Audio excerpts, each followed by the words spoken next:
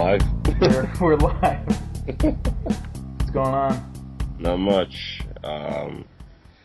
Yeah, this year has been like the most movie watching I've done so far, to be honest with you. I know I'm like completely hyped about the whole summer. Even like the Heat. I'm hyped about the Heat with with Sandra Bullock. I can't see why. I mean, I don't know. There's something about Melissa McCarthy. I'm not really big on her type of style of comedy. Yeah. But but she has a big following with that. What was it? Mike and Molly. Is that the show? Yeah. Well, Mike and Molly's corny. This other stuff she's in is hardcore. I couldn't believe it because I when I see Mike and Molly, I'm like, this is charming at best, but incredibly cheesy. And now these movies have like this like wholesome Midwestern character like cursing and saying C word and all that stuff. Right. Like what she does in like Bridesmaids, and I'm quite sure this film coming up is no different. It's just that they're two fat, loud characters, but they have different occupations.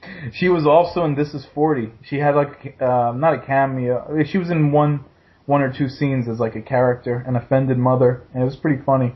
Oh, really? She didn't play herself? I'm surprised. She she was like an offended mother at the school, and I guess the kids from This Is 40 or Paul Rudd like cursed out the lady's kid. Oh, my fault. I'm confusing This Is 40 with This Is the End. Yeah. Because I mean, I thought she would like make a cameo in that, but there was a lot of people in This Is the End. Did you see it? No, I didn't get a chance to. But like I said, last year I only saw like maybe 2 films, and that was it. To be honest with you, obviously the Avengers, and shit, I already forgot what the second film was. I know. I've been super hyped. In the last month, I've probably seen like 4. I saw Mud, which was with Matthew McConaughey, right? That was really good. That was probably the best. Well, I saw Disconnected too. That was probably the best movie I saw all year. Oh, okay. Now, is there like any names in that film? There's faces, but I don't really know what their names are. It has the guy who was the lead, I guess antagonist, you'd say, from The House at the End of the Street with Jennifer Lawrence. That's like. Oh, okay. So they basically, for now, like character actors or rising actors for the most part. Yeah. Oh, Jason Bateman was in it. Oh, really? Bad. It was like an ensemble cast, and it was all about like Facebook and all this, like how people have like more ways to talk, but talk less or say less or mean less. Right. I don't know why, but it actually reminds me of that scene in. Now I'm going a little bit further back now. 2001: Space Odyssey. In terms of there's a scene where you have all the apes, like they're all like talking, and then they flash forward to like years into the future where people are talking, and it's a lot of overlapping dialogue in the respective scenes. And I always assumed that, in terms of what Kubrick was going after, was like, even though we have all these advances in technology and we've made strides, we're still basically, just as similar to our, prehistoric counterparts, in the form of apes. Like we'll talk, but we're not really saying much. Yeah, and also I know it sounds long-winded, but you just telling me that kind of reminded me of that particular scene. So. And humans give themselves a lot of credit. If we didn't wear clothes, like we'd be scratching ourselves. So it's not that we're too human not to scratch ourselves. It's that we wear clothes that's not as easily accessible. Mhm. Yeah, and I get that a lot, or I get to see that. Anywho, so Disconnect, Mud, what else? And then I watched some stuff on Netflix because of Mud. Well, I watched Lincoln Lawyer, which was fantastic. I had never seen it. Right. It's like all of a sudden now, Matthew McConaughey, he's steering clear now so far, knock on wood, from romantic comedies, and now he's doing all these dramas, which actually, showcase him in a good light, or in an interesting light, more or less. And it's not. So, it's not so much that he's the star in these films, but it's almost like he's he's a character actor, but he has all those movie star looks. So, I mean, it's a step in the right direction for him. And also, I'm kind of looking forward to the Wolf of Wall Street, which he's also in with Leo DiCaprio. So we'll see how that. Nice. Goes. Yeah, I would say Disconnect #1 of the year because it had a powerful message and it was well done.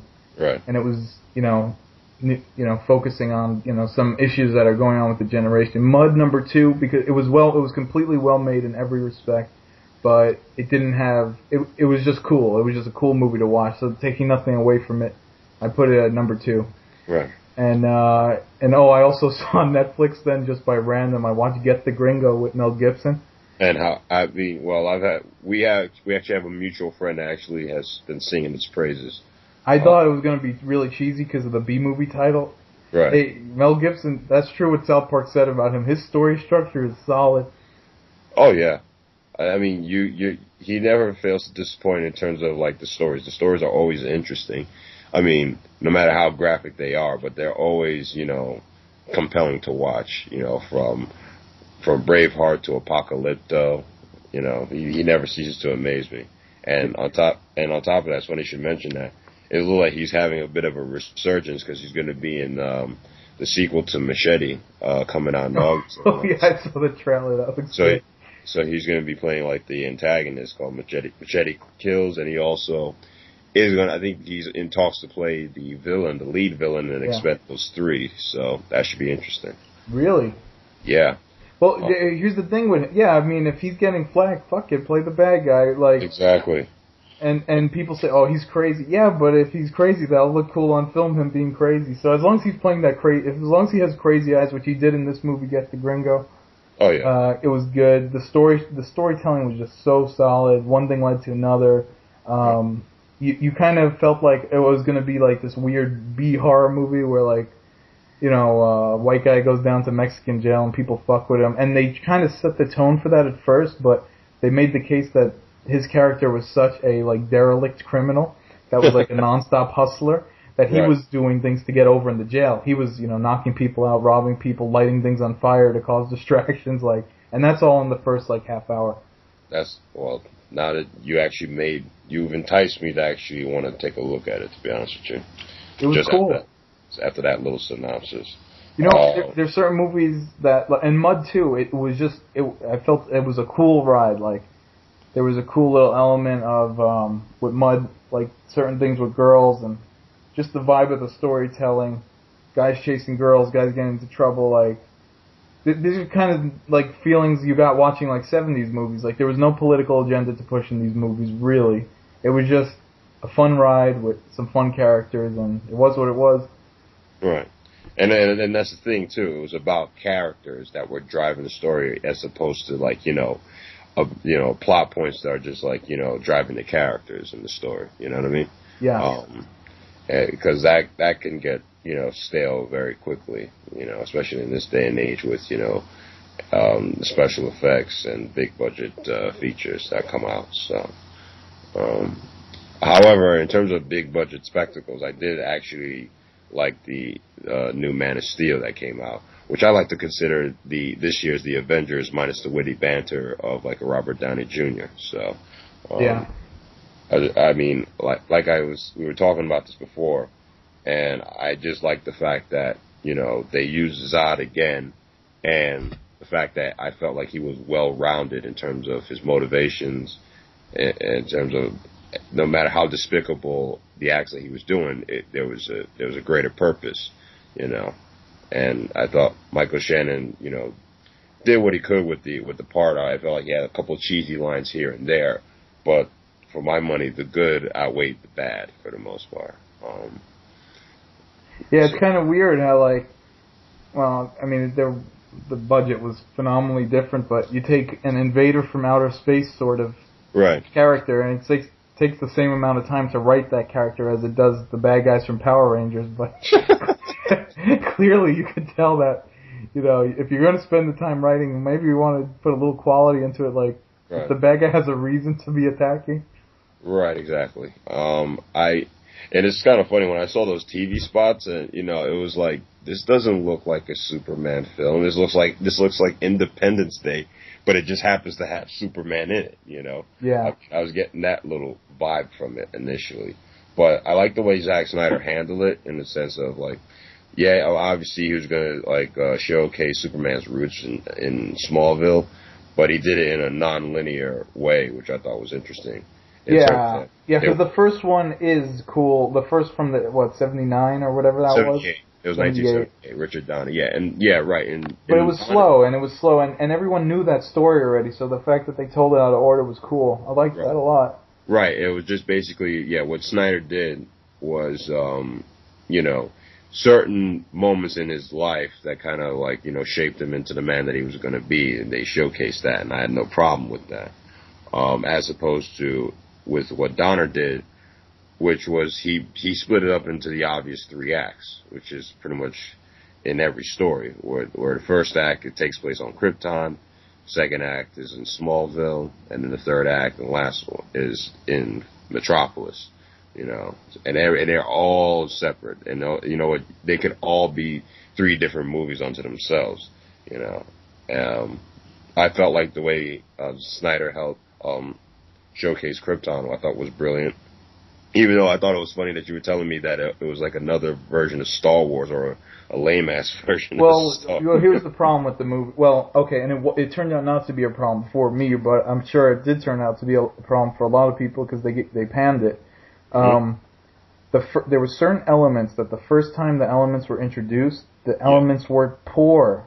For instance, the first time you see CGI in the movie, now keep in mind, they had a ton of good, explosions and buildings crashing, and it all looked pretty real, at least from where I was looking, because these are all non-moving, non-organic crashing things, so it's very easy to animate this stuff, because it's going to look real, and you could render it, and the render stays the same. But when you're rendering organic material, it's very easy for it to look fake and cartoony.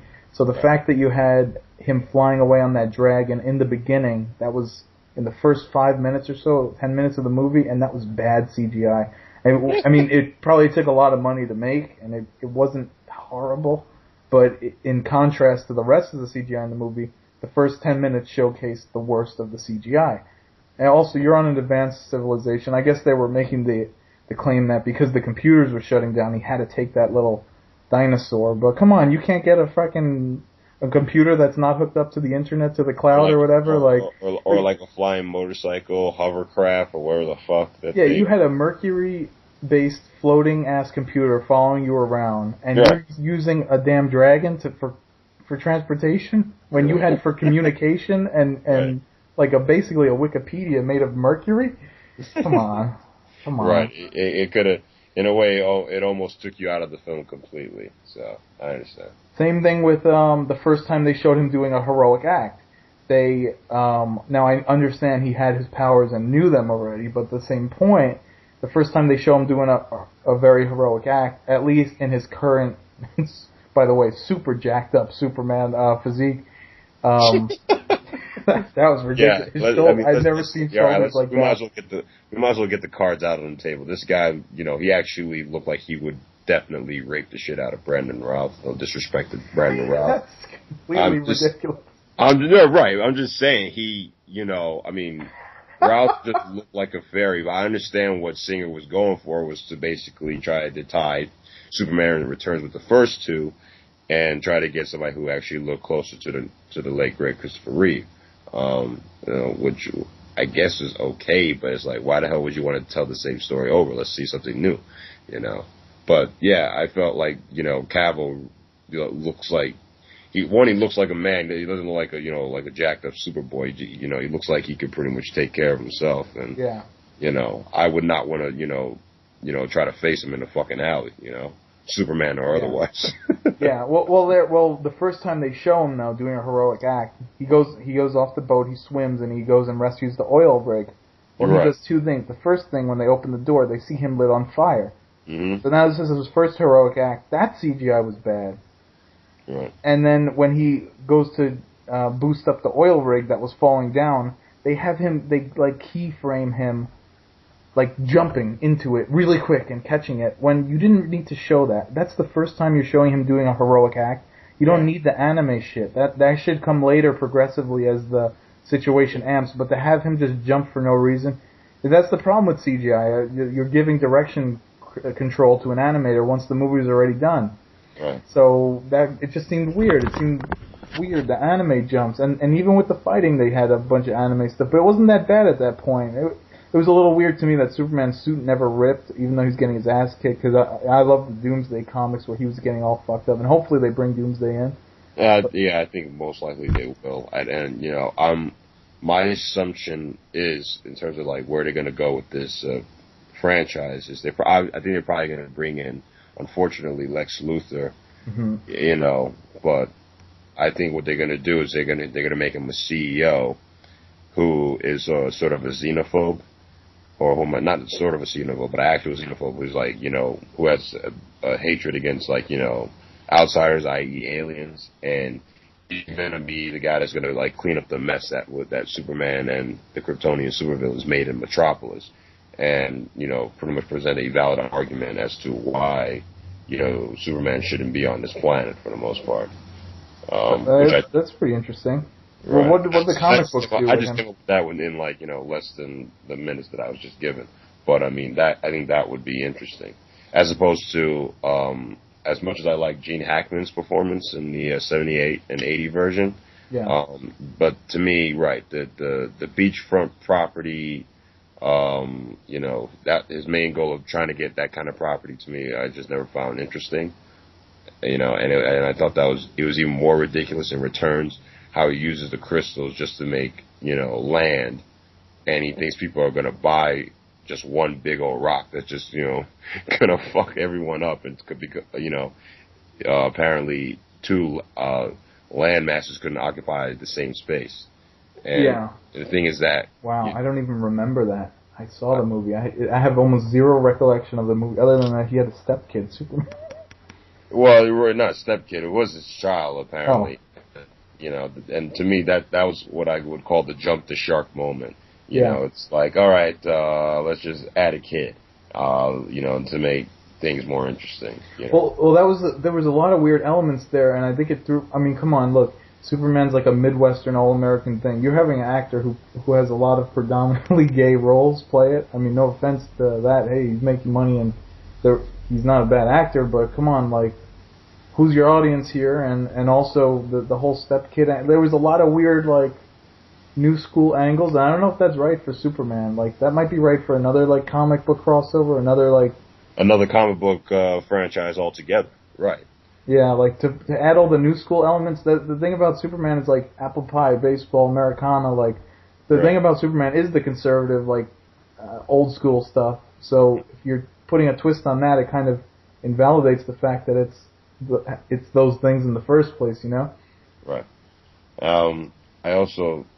Did you feel like that they kind of kept that in there in the latest entry, or did they like mess with that a little bit? I thought it was cool how they were talking about issues that are current day, and they put like current day technology and current day issues and the terraforming and, you know, the sci-fi. That was cool. And well, I mean, look, it's been talked about 50 years ago on Star Trek, but I mean, eventually this is this is the future, and they were talking about certain issues that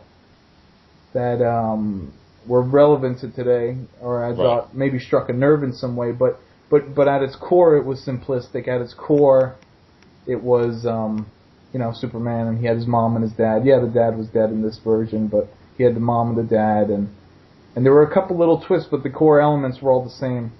Right. I thought Amy Adams did a good job as Lois Lane. The first time I saw her too, I felt the same way with the CGI. I'm like, oh man, this helicopter shot's kind of corny. She's like poking her nose out of the helicopter, like weird, proudly for whatever reason. So it just struck me as weird. The shot struck me as weird. The fact that she wasn't like a deep, dark brunette struck me as weird, but she did a great job. Like every little pet peeve I had when I saw it went away when the story was all played out and well done, and I thought the storytelling was good. I was talking with a mutual friend of ours who said he thought that if you took Superman element out of this, it was just like Terminator 4, and that if you took Terminator element out of it, it was just a generic movie.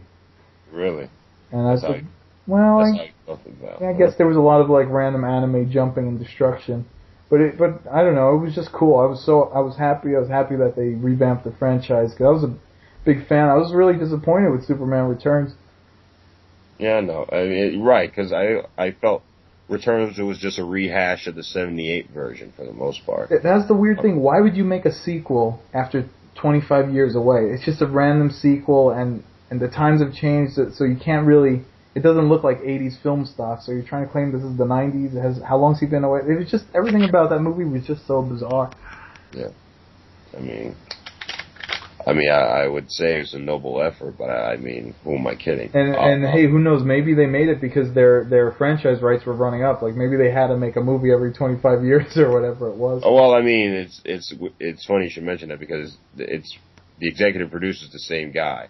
Okay. You know, John Peters, I believe he produced. He was the executive producer of Returns, and he was also the executive producer for Man of Steel.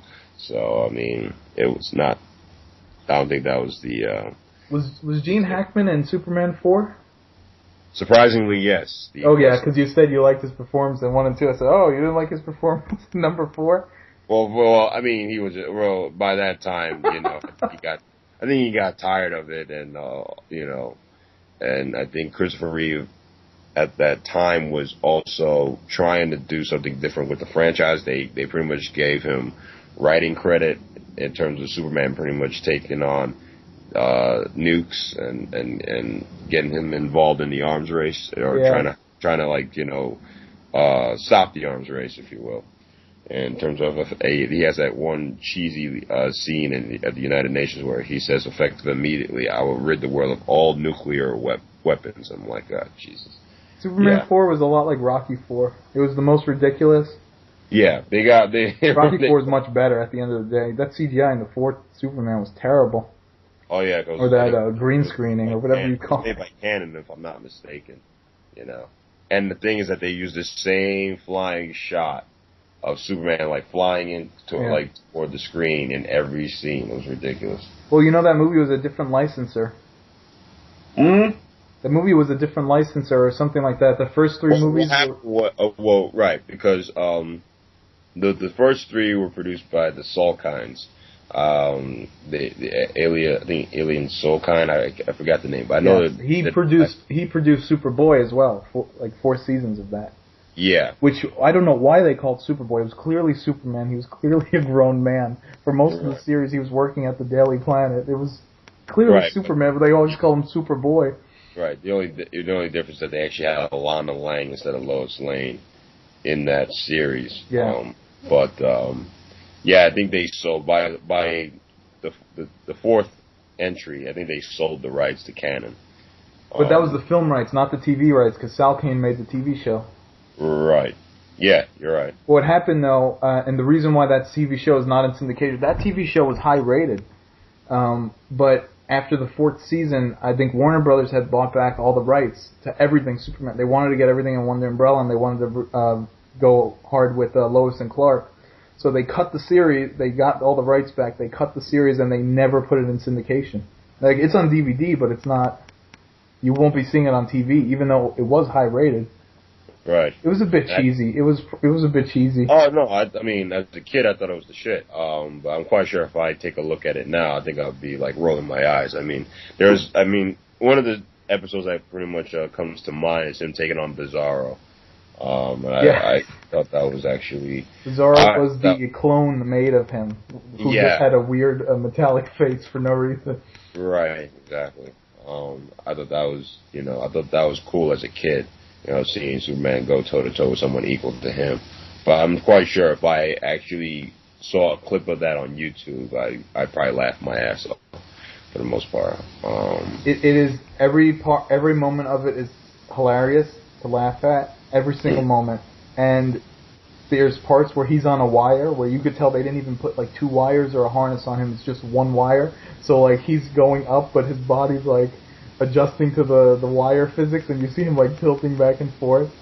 Also, you can tell that it's like shot at like Florida. Like you could tell it's shot on like Universal Studios. Not even like a big lot. Like you can tell. It's on a lot nonetheless. It feels like you're watching one of those shows, like dolphin shows at Universal Studios, like Right. or It's those like, Batman shows where it's like a very small set and there's like explosions, but they're like perfectly timed and placed. right. And they'll probably use the same explosion for different scenes for the most part, and and the thing is that it's such a sunny backdrop. You're like wondering when is Flipper coming into this anyway? Yeah, everything looks washed out. You're like, wow, the early '90s, they really poured light into that. There was a lot of flat, bright lighting in the early '90s. Yeah, without question. In terms of, what was I going to say? In terms of okay, there are a couple things with Man of Steel. There was a lot of plot holes, which if you focus on could ruin the movie for you. But I just brushed past them. But Superman, if the whole movie was about atmosphere and how different atmosphere hurts Superman, how come he doesn't get hurt going into outer space? That's zero atmosphere. It doesn't matter how strong you are. Space is a void. It's going to rip you apart. Right. Well, I think what they were banking, I guess in terms of the science of Superman, like he's been on planet Earth for how many years? Like 33 years. Okay. And he's been able to, he's like a living battery. And he's able to, he's absorbed the sun's rays for so long that his Kryptonian physiology was able to, kickstart the gravitons that he can manipulate. If that makes any sense. I see, because that's how he could fly. I get that, but why? Yeah, okay, if it is radiation and not, what's it? That's why he can fly. That's why things don't, bullets bounce off him and all that kind of stuff. Even if he doesn't know that a bullet's coming for him, he could. You're right. He's not going to feel it for the most part. Yeah. Well, I thought it was interesting that when he was on the ship, that scene where he's taken upon the ship, the Kryptonian atmosphere inside the ship was greatly affecting him and all that. And I thought, that's an interesting plot point to use in the film, because I was like, how the hell are they going to make this interesting without any kryptonite? Aside from the fact that he's taken on Kryptonian supervillains who have the same abilities. Yeah. But I thought that was interesting. But in terms of the plot point that kind of bugged me, or plot hole that bugged me, was the ship that that Lois Lane and the scientists and military were investigating. It was supposed to be, it was like his fortress of solitude, if you will. Yeah. Now, they said that the ship crash landed 40,000 years ago. 20,000. Or what? Right. It was that long ago, and yet, it was meant for him or something like that. No. They said they put these ships everywhere back in the day.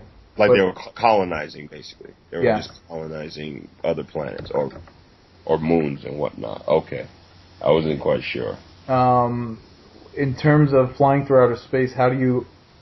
Well, okay. I see the atmosphere argument, but if they're saying radiation is the thing that keeps you taken, wouldn't the radiation on the ship be the same as in Earth if it was in Earth's... It was still... The sun was still the power source in the... Whatever. Anyway, how do you explain in Superman 4, not that we should explain Superman 4, but how do you explain how Superman was casually flying through space with Lois Lane smiling with her, and how was she just laying on the moon while he had a space battle on the moon? Right, that didn't make any sense at all, but, I mean, this is my theory, to take it or leave it, and for the record, I don't think that was Lois Lane, it was, Mary Lou Hemingway, I forgot who, she was playing like the daughter of like some CEO who bought out the Daily Planet and all that. Okay. And, right. She's taken up into space from courtesy of Nuclear Man, who's probably the most fabulous looking supervillain I've ever seen in a superhero film. Not opposing. Yeah, he just had that wonderful wavy flowing, flowing lock of hair and all that type of stuff. But to answer your question, it would have to. I think he had like a bioelectrical field around him, and I think him and Nuclear Man were able to extend it. You know what I'm saying? They're able to extend it to whomever they're pretty much carrying. Okay. So I think that's the only way that could work. I mean. Right. Initially, back in, was it 87, it looked ridiculous. But the reason why I came up with that theory, because there's a scene or there's a panel in one of the recent issues of Superman called All-Star Superman, where he's near the sun. He's trying to save like a group of scientists that are about to, get incinerated by the sun. Yeah. And his power surge, jumps exponentially. And what he does is use the bioelectrical field that protects him, and he extends it around the ship. And it's almost like a form of like, telekinesis, if you will, where he's able to like pull the ship away from the sun, and and pretty much put it on the moon unscathed for the most part. So, what do you call it? Although the most ridiculous thing that does happen in Quest for Peace is when he rebuilds the Great Wall of China, but just by looking at it. I think that's the most ridiculous one. I'm not saying that, him carrying Mariel Hemingway, Mariel Hemingway, into space and taking her to safety is ridiculous, but they're both equally ridiculous. I think scientists I think some doctors need to test and see if that actress is from Krypton. Yeah, right. Also, I think if we ever go to the moon again, we should probably check to see if that Sun Man is still on the dark side of it. Funny guy. You're funny. But no, he got there. He got like, and I think the way Superman killed him was like he dumped him in a nuclear reactor, and then like there was like a crazy ass spike of power surge in the city. Oh, I thought he buried him. I thought he buried him in the moon. No, Nuclear Man tried to bury Superman on the moon. Oh, okay. But that shit was gonna work. But he was running. Nuclear Man was running low on ideas, as were the writers, I suppose. Yeah, they were running out of fucking ideas. Who knows? Maybe that was a documentary. Maybe we will find the marks where they battled on the moon. Yeah, I wish. That would. It would leave more questions than answers, though. It definitely would. But I mean, in terms of like getting back to Man of Steel, I feel like these villains would definitely rape the shit out of the Avengers. The only one who would probably be standing would obviously be Thor and maybe the Hulk. Maybe. Everybody else would pretty much get obliterated, Yeah, so. Well, we'll see where it goes from here. A lot of people were saying, well, they don't have comic relief, but dude, a lot of the comic relief came from the Daily Planet. Well, for two reasons. One, the pratfalls. I mean, just the obvious, like, trying to be comedy of Jimmy, but also when Superman kept denying he's Superman and pretending, and those little quirky little things he says when he's pushing up his glasses. That's the other part. So without the Daily Planet, there was no reason for comedy in this one. Yeah. But who knows? Lois Lane already knows he's Superman. There might not be. That dynamic might be different in the next one. Well, his coworkers won't know. Right. So I think you got a little sexual if they wanted to instill comedy, I think it could work in terms of, the audience, Superman and Lois Lane, they're all in on the joke, and in the comic books, like Steve Lombard, who's like the guy at the end who offers tickets to Lois to go to like a basketball game. Okay. He's in the comic books. He's known for like playing like pranks on Clark Kent and all that kind of stuff. And so I don't know if they're gonna like try and put that in the sequel, but I think it would be interesting, like him trying to mess with Clark, and Clark pretty much getting a one-upmanship on him, And also the fact that I'm not sure if they're gonna bring back Jimmy Olsen. I think they're gonna use this girl named Jenny. She's supposed to be like the counterpart to Jimmy Olsen, the girl that got stuck in the rubble. Oh, right. That girl was very helpless. Oh, yeah. Like one of those whenever there's like a TV show where there's like a guy and a girl together, like Mentalist or Longmire or one of these, they have like a guy who's brilliant in some way and the girl who's like, what does this mean? It's like, I understand what your story function is. Come on, you're the fucking deputy. You should know what this Come right. on. I mean, this girl was just a reporter, but she was helpless. You know what it was? It was like, all right, they made Lois Lane a little bit too much of a damn good believable Pulitzer Prize winning journalist. Yeah. It was like, all right, we got to have a character who's practically useless, especially in a Superman film. So, I guess they figured that, this Jenny character would pretty much fill in that void, if you will. Yeah. The one thing I'll say in terms of, see, people are going there expecting to see Superman, but it's not like that. It's very much like Batman Begins. And that the Batman Begins, he wasn't Batman for most of the movie. Right. He wasn't the Batman that everyone knew until the second one. Right. So Yeah. The next one will be better. I'm sure it will. And I think what they're gonna do is like, in the they could probably I could see like them following the same structure as the Batman franchise via Nolan. Yeah. It's just like you have a villain who is brilliant and can go toe to toe with the hero, and then in the second one they'll probably have the iconic villain, who represents the striking contrast to the hero. Yeah. And then in the third one, I hope it's Doomsday. most likely it would probably be Doomsday, because it's like after you introduce such an iconic character in the form of that supervillain, where do you go from there? And I think it'd be apropos if they introduce like the ultimate villain, because in The Dark Knight Rises, Bane to Batman's the ultimate villain. He's a guy that can go, who's brilliant, but he can also go toe to toe with Batman tenfold. well, let's put a pause on that. Doomsday is not brilliant. He's he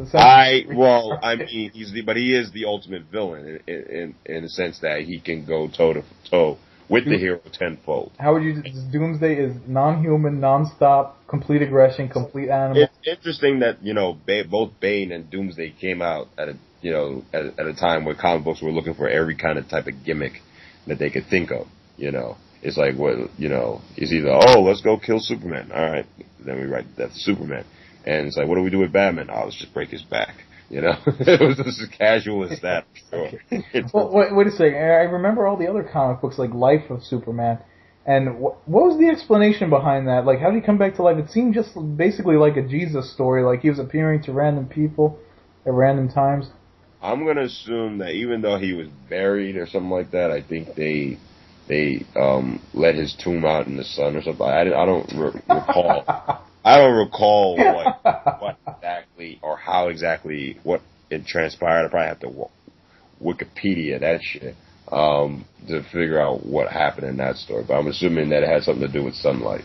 I was never a comic book fan, but I was so into the death of. Well, I was into Superman, but I was so into that death of Superman was fantastic. I was like 9 years old at the time, or 10 years old, so it was sad. When Superman died, that was pretty freaking sad.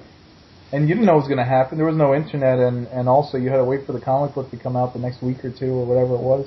Right, and the thing is that what worked in DC Comics' favor, like when they released that, there was nothing going on in the world. So that basically was on the talk. That was the talk of the town, or the biggest topic of the world at that time. They didn't really have much interference in that regard. Yeah. I mean, nowadays it's like there's so many damn topics that are quote unquote trending that it's kind of tough. It would be tough for them to try to pull that stunt off. Well, that was early '90s, right? Yeah, it was like 92, 93. It was like around the OJ trial. Hey, maybe Doomsday killed. Never mind. No, don't go there. I mean, come on. All right. Sorry. We already know the goddamn truth. I'm trying to go there. Maybe Doomsday then also committed a heist where he stole his Heisman Trophy. Well, yeah, sure, yeah. Heisman champion, Doomsday.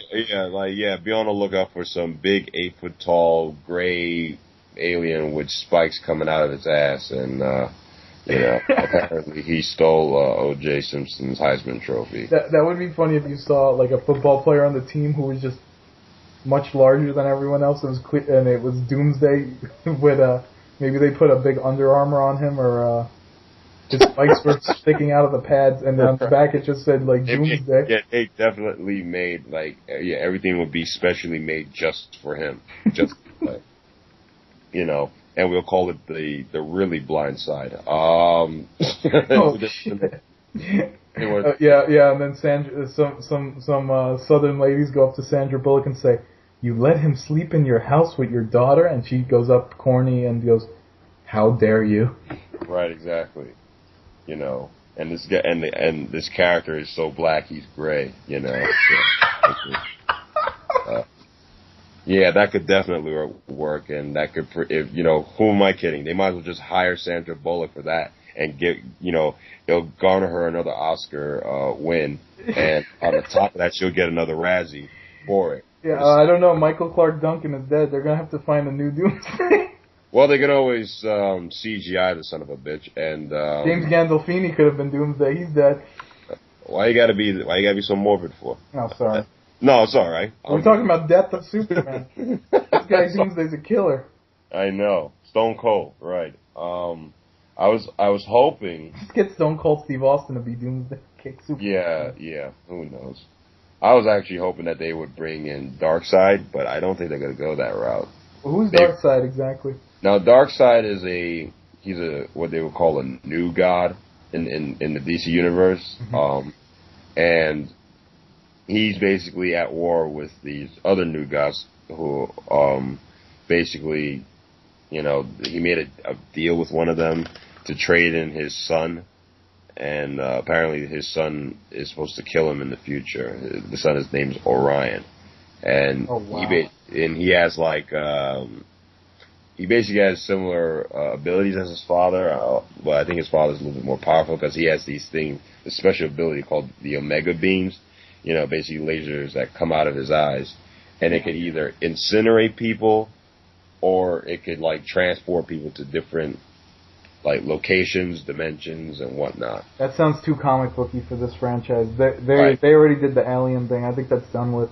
Well, look, I mean, that's what they're going to do with the Avengers, the upcoming Avengers. They're going to bring in Thanos, who's like the DC counterpart of Darkseid. And but I don't think they're going to have Superman take him on because he's too big of a threat. He's almost like a mega villain of sorts. So they probably, you know, if they want to do this Justice League film, then I'm quite sure they'll probably bring him in then. But I think it will be. I think I'd get a real kick out of seeing him on the big screen, and I think the general audience would get a big kick out of seeing someone that imposing and scary on the big screen for Superman to take on. What's the deal with Agents of S.H.I.E.L.D.? Is that going to be good or? I could care less about it, you know, to be honest with you, because there's no superheroes, and I mean, I like the Agent Coulson character, you know. I like his dry wit, but, you know, whatever. Same actor, right? Same actor from the movie? Yeah. Same actor. I forgot the guy's name. I know he's been in a ton of shit, like The New Adventures of Old Christine with Julia Louis-Dreyfus and Wanda Sykes. He's been in a ton of stuff. Man, she just gets show after show. Both of them, Wanda Sykes and Julia Louis-Dreyfus. Yeah. I didn't even know she comes from old money. And what I mean by that, I think she's like worth like $3 billion or something like that. Oh shit! They both look. Wanda Sykes too. I guess her hair kind of changes over time, but and I guess not really for Julie Louis, because Elaine had the that same sort of hair, but at the end she didn't. Right. Seinfeld. Right. Man, they look the same. They both kind of look the same. How long has that been off there? 15 years? I wouldn't be surprised if it's closing in on 20 at this point, to be honest with you. Well, speaking of, should we get off course here? Well, I saw Firefly. I saw the whole season, the whole only season of Firefly in the movie Serenity, which I got really into, and I was disappointed. I was like, shit, this is like they could have made so many more of these with Will Whedon, what's his name? Josh Whedon. Yeah. Will Whedon. Josh Whedon. He looks like a Will Whedon, but who's keeping track? That was good. Man, that was good. And in terms of, you could pretty much see, like, you know, where he got started with the witty banter and the camaraderie with, you know, the group. They took the best elements of Star Trek and the best elements of Star Wars, and they just put it together. And I think it's so relevant. I don't know. I guess it's not so relevant. It never had high ratings or high box office, but the name also hurt it. Those are some shitty names for movies. It doesn't do anything descriptive for it. You basically have to hear about this through word of mouth. Yeah. And I don't know. I thought it had all the cool like planet-to-planet surfing of Star Trek, but it had all like the grittiness of not the new Star Wars, the original Star Wars. How even though it was a futuristic setting, people were people. They were grungy. They were petty. They had squabbles. They were human, Right. They were characters, right? And to me, now Nathan Fillion, the guy who played the captain, he was kind of like the Han Solo, Captain Kirk of the show, correct? Yeah. Oh, that's what I figured. And I think that was the problem with with the prequels of the Star Wars. There's no characters. There was no characters. No compelling characters that I would want to follow. To me, I don't know why they would make, Darth Vader into a whiny sissy. You know what I'm saying? Yeah, that was so weird. I mean, it would have been better if he was like this uber badass who was also heroic. And I'll give it this. The story that Lucas was trying to do, and come on, he was surrounded by yes men. He knew when they showed, you could see footage of him screening the first one, episode 1, and he just looks like a ghost. He's like, I fucked up. He knew he fucked up. He knew, I'm telling you, he knew he fucked up. So look, the story is, alright, look, they should have cut that. That first one should go completely. But, right. They should have made another one after the third one, but that story is interesting. You're right, and the thing is that in number 1, you had arguably the best villain, or best looking villain, overall villain, in the form of Darth Maul. Why the hell did they kill him off in the first one and then replace him with Christopher Lee? Now, I like Christopher Lee, from the Hammer films of, him playing Dracula and Mummy and Frankenstein and all that. But the dude was in his late 80s by then. It's amazing he's still kicking now, but I'm just saying, it's kind of ridiculous to see him being like an opposing threat to Anakin Skywalker and Obi-Wan. I thought what they should have done, was have Darth Maul in all 3 of the prequels. Yeah, that's true. They should have just used him. And Ray Parker's is a damn good fighter. So, and you could see him actually in the latest G.I. Joe flick, which I have yet to see, nor do I really intend on seeing it. Yeah, well, we talked about that. Well, we'll talk real quick on Star Wars. I think it was. Hold on, I'm getting an echo here. I think it was a good story in terms of premise, in that you have someone who has the choice to make a decision between good and evil, and they're a powerful person, so it could affect other people around them. But the execution, come on. We were talking about G.I. Joe and how The Rock boosts up every franchise and completely makes every franchise now watchable or whatever. Yes, right. I have no problem. They should just keep putting him in. They just keep putting him in every film, just like they should have Gervais always. Like the Oscars and the Golden Globes and the BAFTAs, I don't give a shit. He's fun to watch. And guess what? Rock wants, two reports. One is newer and one is older. The older report is that Rock, as soon as Disney bought out Star Wars, Rock wants in Star Wars 7. And can you imagine? Well, the whole thing would just be him. He wouldn't even need a lightsaber. He just beat up everyone. Yeah, without the lightsaber, right. He wouldn't need a blaster. He wouldn't need a damn thing. He wouldn't even need a spaceship. He could just fly through space by himself. Right. With that face on, with the chest pumped. This week it came out that there was considerable talk about putting him in Terminator 5. Yes, I heard about that. I definitely heard about it. And I'm just curious, are they going to make him the cyborg or something like that, or what's the... He's so jacked. Yeah, he might as well be. How many pounds do you think he is? Like 300? No. I don't think he's 300. I would say like 270. high 250s of muscle. And I think there was something ridiculous that came out that I stumbled upon was his diet regimen. Not his workout, but what he eats. Like he has like 6 meals a day. Yeah, 7. In terms of that goes along with his rigorous training. He eats carbs, which I was surprised to see. He eats carbohydrates, so I guess you have to if you're doing that much. No, you have to keep your energy up and all that, especially with the stuff that he's doing. Yeah, I guess because carbohydrates are short-term boost anyway, but if you're having 7 meals, I mean, you're constantly getting the boost from it. Right. Man, I can't believe what's going on. Someone said his steam might die off because he's doing a lot of stuff, but it's just funny. It's just See, he was being weird when he first got to Hollywood. He wanted to get rid of that wrestling stigma, so he was like going on interviews and being like, and now he's ha ha ha, Oprah, I was crying when my child was born. But now he's being The Rock and it's cool again. yeah, I know. You know, he's going at it full force, and he actually looks like a Rock. And I mean, he makes Vin Diesel look like a little pimple, if you ask me. Vin Diesel had a double chin in his well, it's his franchise, I guess. He doesn't care. Well, right, whatever. But I'm just saying, it's like, you know, you better. I mean, if you're gonna go up against The Rock, you got to step your game up. You know, I mean, you can't be called Vin Diesel and look like, you know, like a pudgy bastard. Let's be honest. I mean, well, not that he was pudgy, but I'm just saying, you know. Yeah. The Rock does look like a Rock, though. The Rock, you know, looks like a Samoan Hulk. He looks like a Hulk. Yeah. You know? And what am I saying? They should have had his ass cast as the Hulk. You know, just paint that motherfucker green and slap a wig on him, and boom, there you have it. You know I what I'm have saying? no clue how this guy shoots a new movie every month, and a new movie premieres every couple weeks at this point, and he's completely jacked. Right. You know, I would like to trade places with him, but that's never going to happen. Him and also, what's his name, Channing Tatum, I mean, these guys, you know, are like, you know, the big, you know, the talk of the town, if you will. You know, what do you think of that White House Down? When I first saw the trailer, I'm thinking, okay, this is the chick flick version of Olympus Has Fallen. I'm like, okay, so you got Channing Tatum, the women are going to flock to see him. Jamie Foxx, who I think is an amazing actor, is kind of playing second fiddle. He's playing the Obama-esque president. Is he the president, or is he like an aide?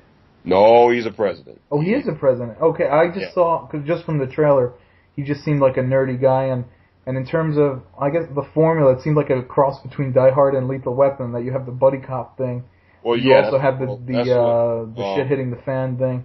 Right, that's what Roland Emmerich, the guy that directed Independence Day and all those other disaster films, that's what he was going for. Kind of a Die Hard meets Lethal Weapon. It's crazy how Lethal Weapon and Die Hard still are like the template for that movie. For action films, for the most part. And how Rocky is basically the template for all sports and like kids-related shit ever. You're right, just sports-related films, right. You know, in terms of how the main character or characters, you know, they train, and then who they're going up against and how they triumph or get defeated, give or take. But I remember sports movies in the 60s and 70s were a little boring before Rocky, like Bear News Bears and stuff like that. Well, I mean, they were what? Well, with the exception of my personal favorites, the Bad News Bears. Well, the movies weren't necessarily, they didn't have to be motivational. It could just be a cool story about whatever. They could just be they could be a story about the individual and the trials and tribulations that went through that person's life. I mean, you can go through like the syrupy Pride of the Yankees to the Psychological Fear Strikes Out. Yeah. They you know, sports for the most part in those films served as a backdrop more so than anything. Yeah. Also, everything now. Now, I'm not saying movies are bad now. I think I'm super excited about movies. I think movies are not like the music industry and not like other industries where everyone's looking to the past not because of any other reason than everyone respects what's great. And look, movies are still good. They're still entertaining. They're fun. Right. They are what they are. It's an hour and a half out of your life, and they're good. Here's the thing, though. Technology has caught up. Yeah. So, I mean, and the thing is that Hollywood's got, you know, other movie industries around the world beat in that regard, in terms of putting out, you know, quality scale films. I'm not saying that the writing is good, but in terms of like, you know, making things look legit, you know, it's leaps and bounds better than what it was in the 80s and the 70s for the most part. There is much more analyzation that happens. Like, I don't know how this all started, but if something happens in a movie, it's almost like that Hitchcock method of thinking, like, oh, let's examine this, or why did this happen? Where there was a lot of old movies where, like, how many old movies are like this? Oh, you know, Clint Eastwood, he's going around and he's a cop, but he also has a kid that he goes and spends time with. You know, it's like not everything had to affect everything, and not everything had to necessarily be a story element that was tightly woven, a la Seinfeld or something like this. Right. Like, there was a lot of old movies where it's just kind of like a chilling kind of vibe to it. Mm. That's why I liked Mud. Mud was like a chill movie. I'll recommend you go see that. Yeah, I'll probably, we'll see it on Fios or some shit like that. Along with A Good Day to Suck Dick. I mean, Blow Dogs. I mean, Die Hard. I'm sorry. I didn't even. That came and went from the theaters. I had no clue. I remember seeing the poster, and I was like, I don't know. Well, the fourth one was terrible. How are you gonna have a PG-13 rate? The fourth one had so many bad things in it. Right, they're saying, no offense to Kevin Smith, he knew from the start. It was kind of weird. Why would you get Kevin Smith, who does to do a random generic movie? Like, come on. Right, and then like Len Wiseman, the director, I think they had like this little interview with Kevin Smith, and he's like, Len Wiseman was like asking him, "Could you do the take better?" And he's like, "No." Wow. Well, he knew. Come on. You don't have an edgy or saucy product. He has excesses, and he likes to play with those. You're gonna give him a standard ass homework assignment? That was a fucking homework assignment. Right. That was a homework assignment. It was completely boring. He got paid to do it, and whatever. Right. And they're saying that the fifth one was so bad that it actually made the fourth one look watchable, and that's saying something. Really? Yeah. Oh yeah. The fourth one had the guy from the Apple commercials. Yeah, and he must have been the saving grace as opposed to having his son in the fifth one. Wait, his real life son? Yeah, no, John McClane's son is in the fifth entry. I see. And apparently he's supposed to be, I think in this one he's supposed to like rescue him or something like that. He's trying to, he finds out his son's in trouble, not realizing that his son is an undercover CIA agent or some nonsense. I guess the main problem with these last two Die Hards is, come on, look, he was an underdog hero. Now he's been made into a superhero, and come on, you can't have your hero stronger than your villain. Right. And that's another, that was the problem. They made the hero into an invincible he's a super cop in Live Free or Die Hard, and it's no different in this last entry. And the thing is that the villains are not that compelling to watch. In the first Die Hard, you had Hans Gruber, who's arguably one of the best villains in any. That's one of the most awesome action movies ever. Exactly. Third one was good too. Third one was cool when they were all chasing around town.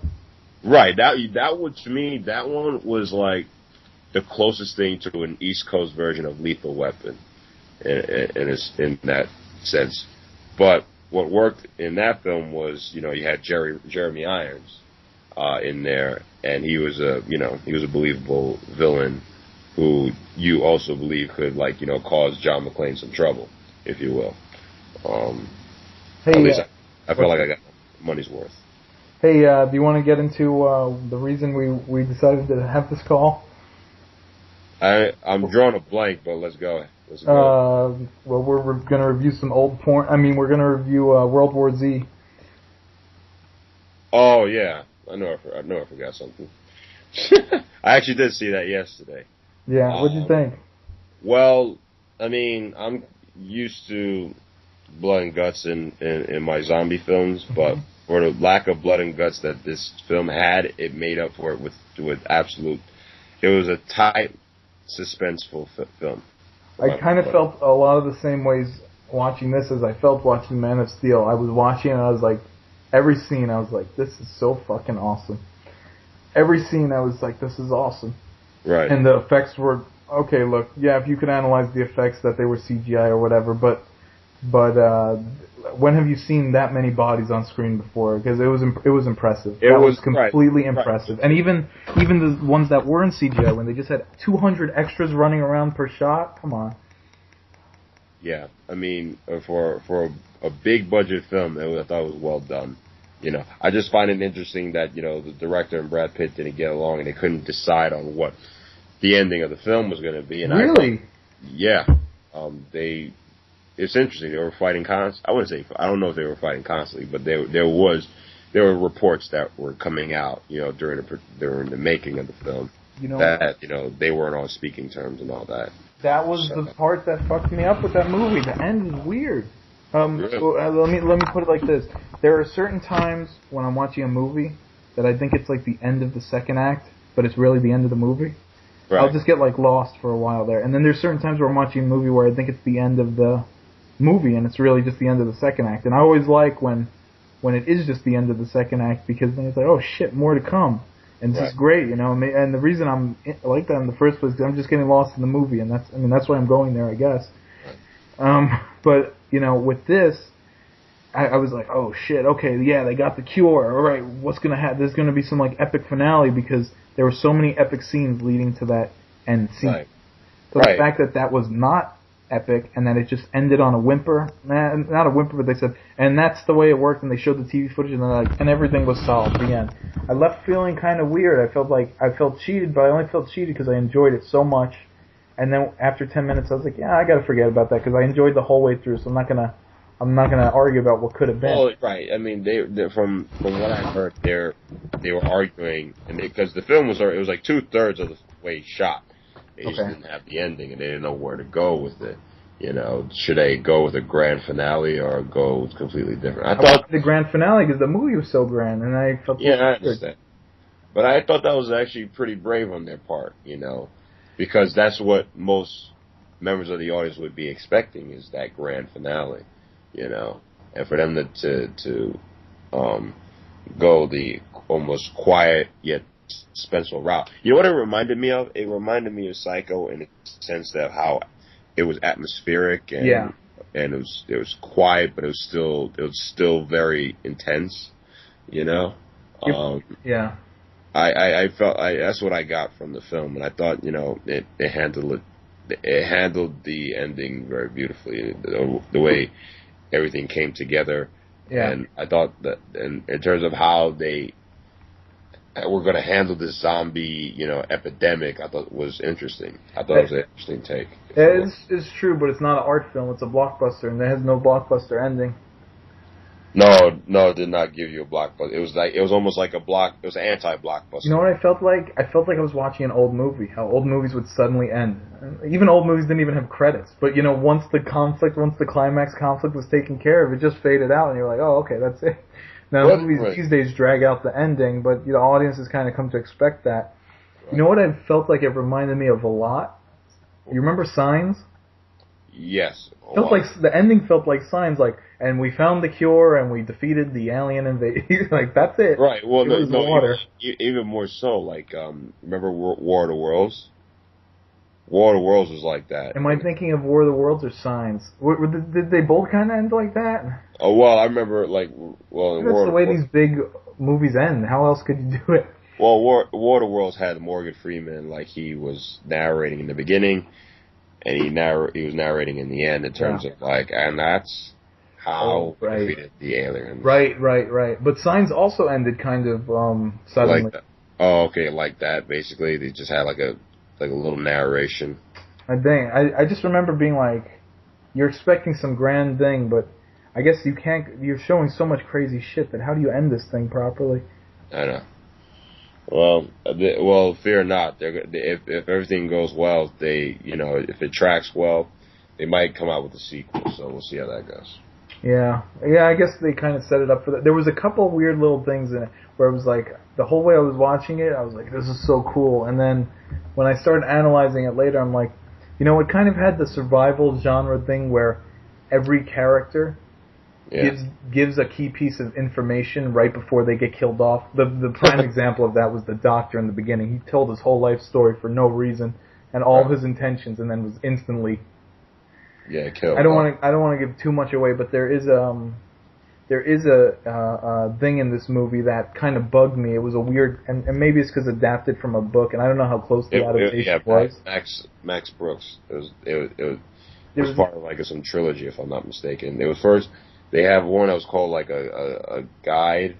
It was called, the title of the first book was a guide to survival guide to a zombie infestation or something like that. I know I'm getting the title wrong, but it was something along those lines. And then the second book was World War Z, and they changed it dramatically, in a sense that it was focused on separate journals that were collected of people dealing with the zombie epidemic, if you will, and the journalists like slowly piecing together the origins and how to basically combat it. And instead, they change it to have to just this one character, that's played by Brad Pitt. So there was a couple moments where I was watching and I felt like, if this was in a book, this would be a little more epic. I don't know. It was like the slow moments, the parts that were visually impressive were visually impressive. The parts that weren't visually impressive, I was like, I don't know what it was. I had a fun time watching the movie. Near the end, when he finds the solution and he's near that one particular zombie, I did almost want to laugh at the screen. I almost did. It was, to me, I thought like it was supposed to be a scary moment. Yeah. Because he's like almost like in the belly of the beast, but it almost came off as somewhat comical to an extent. That was pretty funny. Yeah. But yeah, I know that was the climax of the movie. And so I mean, like if I was to give it, I would give it maybe 3 stars, like a solid 3. A solid 3. 3 out of what? 3 out of 4.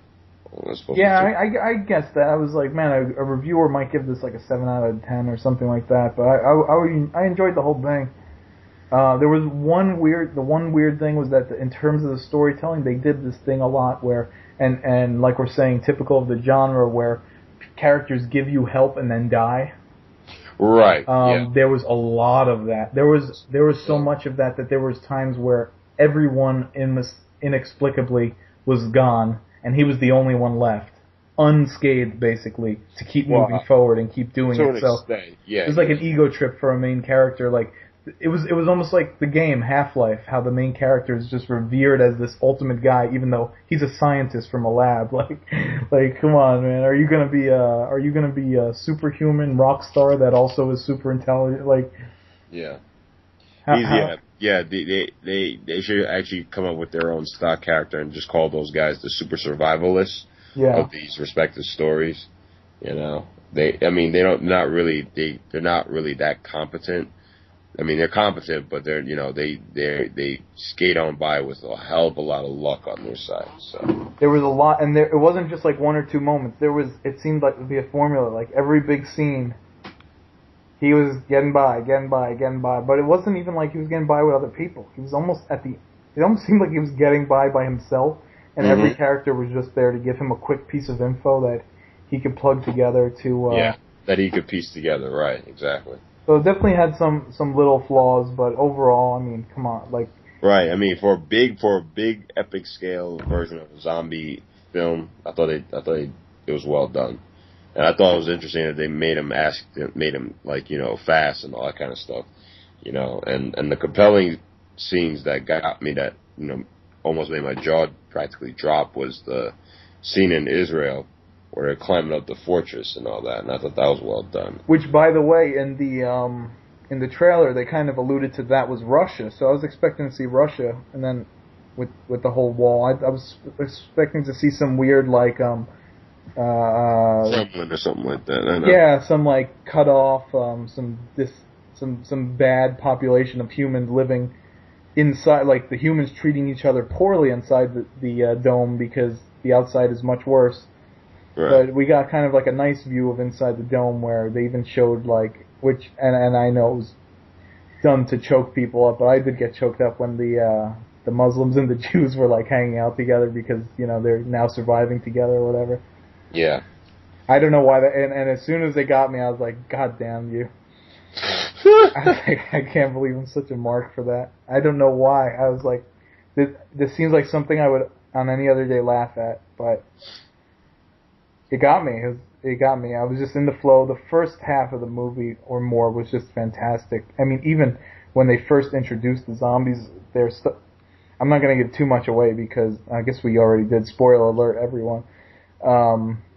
The first scene where they start showing the zombies is they're stuck in traffic, and all of a sudden, like, crazy shit starts happening, and it's just kind of remarkable. Yeah, I mean, it's not in terms of getting back to your feelings. I guess that's just you getting older, and women have hormone changes when they age. I'm not saying you're growing a vagina. I'm just saying you're getting older. That's all. Yeah. Your estrogen levels are off the charts, I guess. At the time of you viewing World War Z, so I don't know. I felt I had a lot more to say about it, but I guess we agreed on a lot of points here.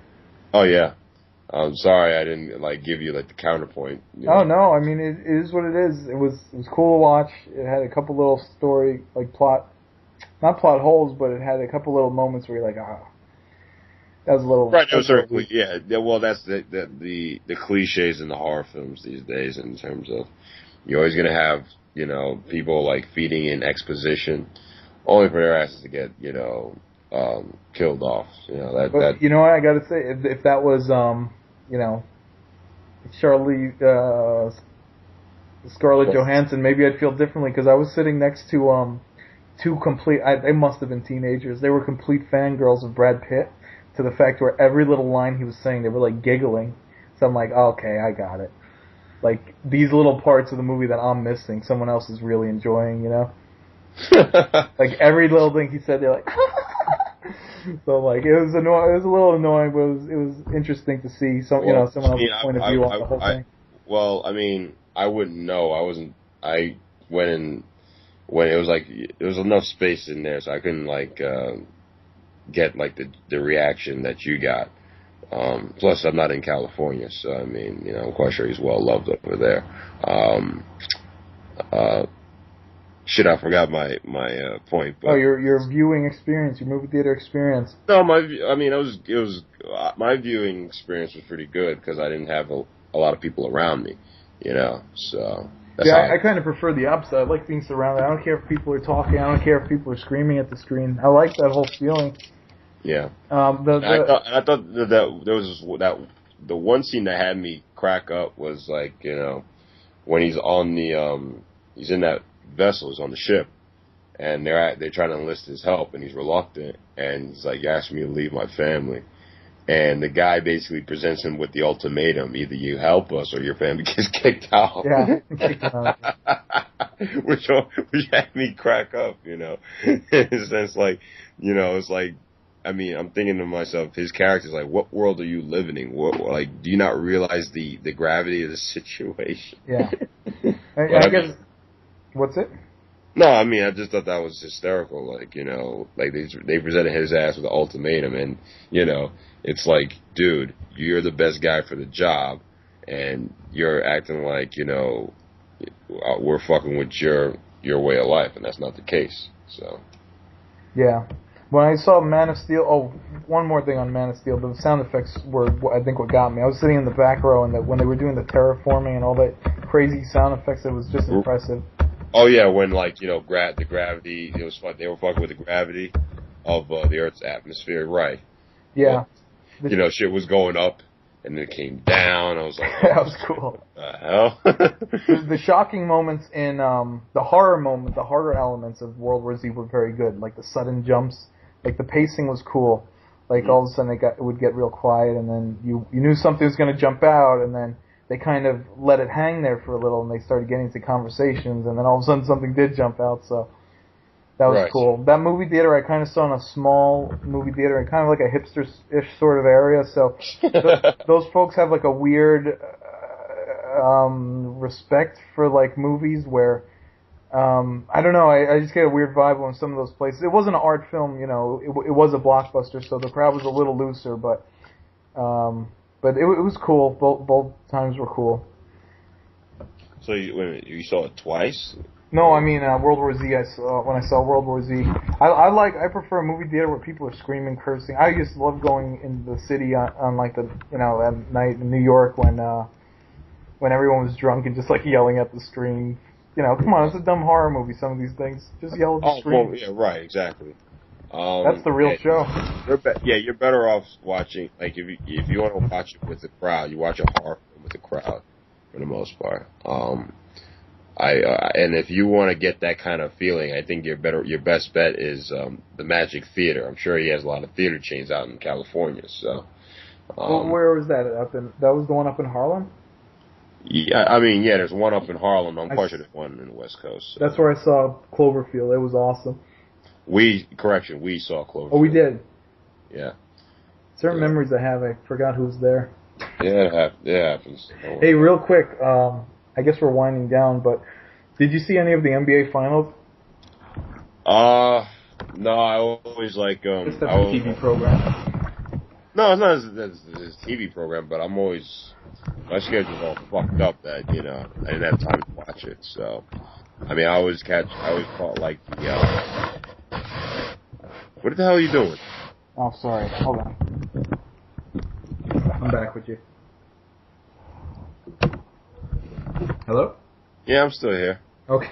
I mean, I would basically like hear the recap and all that kind of stuff, and of how like it was basically the LeBron show with guest stars Dwayne Wade and Chris Bosh, And the thing is that what was interesting about the series, from what I was getting, the games that the respective teams needed to win, they won.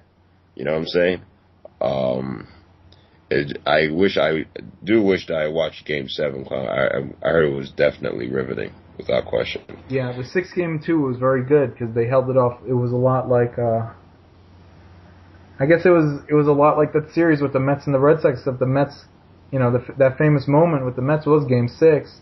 Right. But then Game 7 was kind of a whimper. A lot of people don't remember that. But this Game 6 and Game 7 were good. I'm not really a fan of basketball, but I tuned in to like the end of both games. Right. I like how a lot of people are saying, "Oh man, what would this have done to LeBron James' legacy if he didn't win?" He did win. What is this discussion? The season's over. That's it. Right. Exactly. He won, and it wasn't even like he was not good in the fourth quarter. They won, and he was doing good. So these analysts will talk about this shit forever.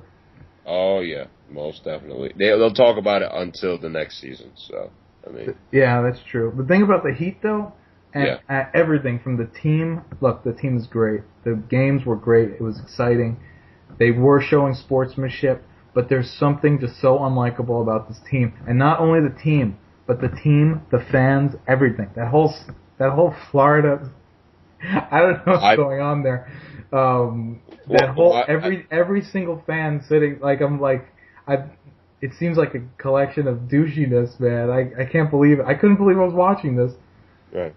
That actually reminds me of like a poster of I saw on Facebook, of all things, where it said, the caption says, "Oh, you're a real Heat fan? Name this guy." And it was like some guy from the 90s or something like that. I think it was like Penny Hardaway, something like that. I remember. It's like all these people became, Heat fans, as soon as LeBron joined up and all that kind of stuff. It's just, because here's, with sports, sports offers like an avenue for people who usually don't have good feelings to feel pretty good, or just don't have the damn skills to play, so. Yeah, so it's good feelings, and there's certain areas that are economically depressed, and when they win, or even when the Saints, were doing good after Katrina, it's like you feel good for these people because they got a little something, But with the Heat, you don't feel. They're completely unsympathetic in every way. The team, the fans, you can't feel good for them that they just won something. You can't, because they probably don't remember it. Oh, right, I mean, they bought the jersey. I'm a fan. I bought the newest jersey. Come on. I mean, every single shot was like jersey, not even that. It was every single shot was the most contemptuous. That's a good word for the whole vibe. There is contemptuous. Right, very. The fans were like wearing long chains for no reason with sunglasses indoors. So come on, you can't feel too good for a fan that's like mildly enthused with his super team, and he's dressed looking like a drug dealer. So Oh, you must hang out with a lot of drug dealers, huh? I mean, look at who's in the audience here. The crowd is just, I don't know. Well, I didn't have any good feelings for anyone there. I was just like, man, I have no reason to hate these guys, but there's just nothing to like. There's nothing to be happy for them about. Right. In terms of people in the crowd, it's just everybody and Justin Bieber for the most part. So. What's it? I just say in terms of people in the crowd, it's just everybody and Justin Bieber or whatever, crackpot celebrity actually does follow the Heat, if you will. Yeah, I mean, nothing seemed real. The emotions, nothing seemed real with those guys. And I found myself, and I think this happened the other couple of years as well, and I guess it's a credit to the Heat that they have an image, and everyone tunes in to see the bad guy. You want to see them get their butt whipped a little. But, yeah, they are the bad guys of the league, and that's fine. But it's kind of like I've found myself rooting for the other team every time. Every time I've seen this team, I found myself rooting for the other team. It's not you, but you're not alone in that regard.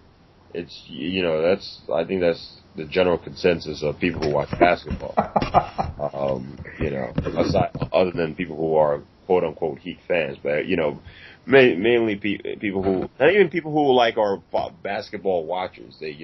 They can't stand LeBron James. They hate that motherfucker. You know what I mean? There are certain things like look when you're blur out your eyes, put on some old glasses or whatever, and look at the game. There's one physically dominant presence on that court, and he's it. I mean, oh yeah, athletically, he's bigger, he's fat. Like, it's clear because this is like some sort of superior animal, man, or something. You're right. It's the meshing of athletic superiority and just having almost like a zen-like outlook on the game that there's no stopping it.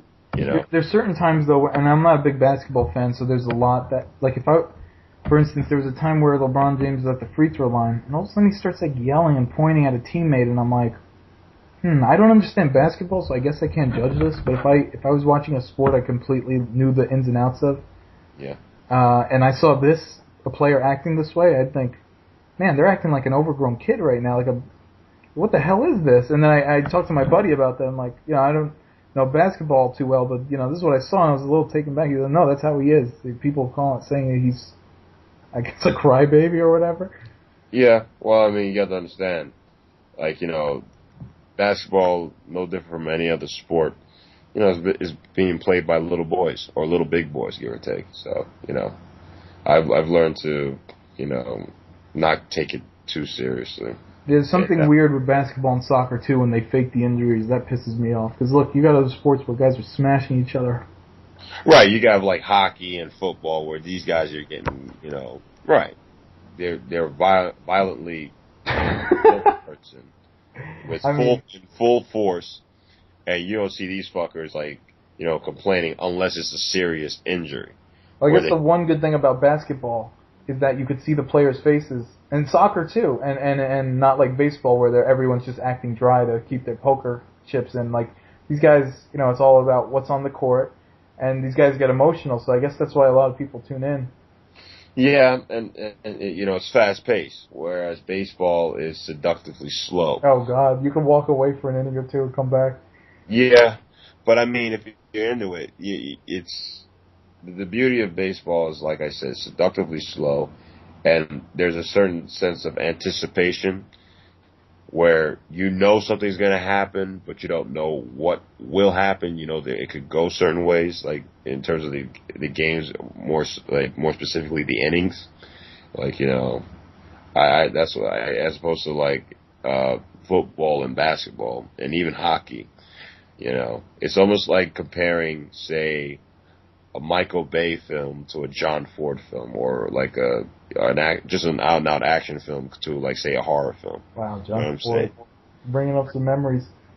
In terms of what? Yeah, John Ford films. Talking about those old, slow-paced ones. Yeah, well, that's the way I look at baseball, for the most part. Hey, real quick, let's finish on this. In terms of basketball, a mutual friend of ours. Is that how we're gonna go throughout the show? Yeah.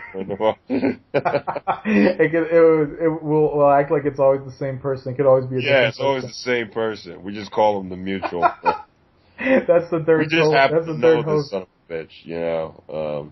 He could be anybody, but we happen to know him. So keep going. This mutual son of a bitch that we know. He was telling me, hey, have you ever seen the show Vice, which was a YouTube channel, and now got picked up for an HBO season? Yes, yeah, right. And Vice is basically PBS with cursing.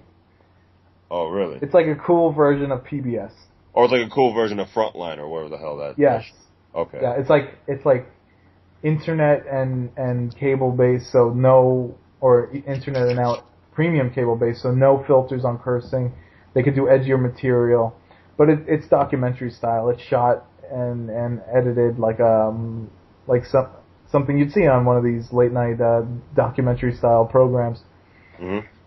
Anyway, they've done a lot of cool things. They go all over the world. They show you like some things that you'd never know. You know, like one episode they went to Africa and they showed like this big wrestling sport that's over in Africa.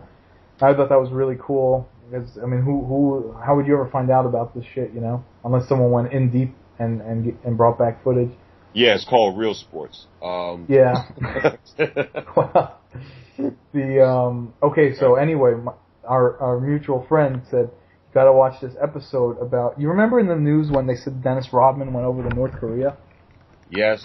Well, the reason he went there is he went with this camera crew, Vice, the show. Oh, okay. And here's what they did. No one had been over since this new leader came over, Kim Jong-un. What's his name? Kim Jong-un. Kim Jong-un. So the new leader took over, and no one had been there. People had been there before on like state-sanctioned sort of tours, but this new leader was in there, and no one really. I don't know if anyone ever or anyone notable went over and saw this new guy because he just got in. Yeah. And they're pretty isolationist. So this guy though was a big fan of the '90s Bulls. And by the way, his father, from what I heard, they have like the biggest collection of Hollywood movies. So I believe that. They're definitely in on some shit that their people aren't. But anyway, this guy, it's kind of weird to think in the first place, oh shit, it's the communist dictator is like a Bulls, '90s Bulls fan? Like, for real? Well, you're right. You're right. And they deprive their citizens of information from the outside world. Yeah, I believe that. So the guys from Vice sent a pitch over to North Korea and said, we'll bring 3 Harlem Globetrotters for a game, and we'll bring someone from the Bulls. They thought this is a long shot, Right. So the Korea writes back, sure, come over. Just like that. I guess. So they're like, oh shit, it worked, kinda. All right, we gotta find. So they found 3 Harlem Globetrotters as part of the deal. Yeah. And they asked all the '90s Bulls, do you wanna go to North Korea? Of course, everyone said no. But Dennis Rodman said yes. Mhm. So keep in mind the Harlem Globetrotters, super positive guys, cartoon characters in that they're like this whole thing is like a Scooby-Doo mystery, Right. Juxtaposed with the ultimate cartoon character in the form of Dennis Rodman. Yes. So they go over to North Korea, and they start going on a state-sanctioned tour, which, they have guides which the people were saying, these guys might actually be undercover cops. Like, we seem very heavily monitored. They go, and they're like, we want to show you all about North Korea, so they bring them to a grocery store. The grocery store is empty, with no one shopping in it. So it's completely for show, and it completely has, like, Western products in it. Yeah. The guy from the show Vice goes to buy a product, and they're like, oh, no, you can't buy it. Just like that. Because it's not really a store. So how could you purchase a product? They're like, you could have it. He's like, no, I want to buy it. They're like, nah. So some weird thing like that. Then, to get even crazier, they go, it was kind of weird. It felt like everyone was putting on a show for us. Even the lights were on, but if you look at the satellite images of the city at night, no lights are on in this city. Are the lights on in this entire city for us? Mm-hmm. So I'm like, all right, come on, you're speculating.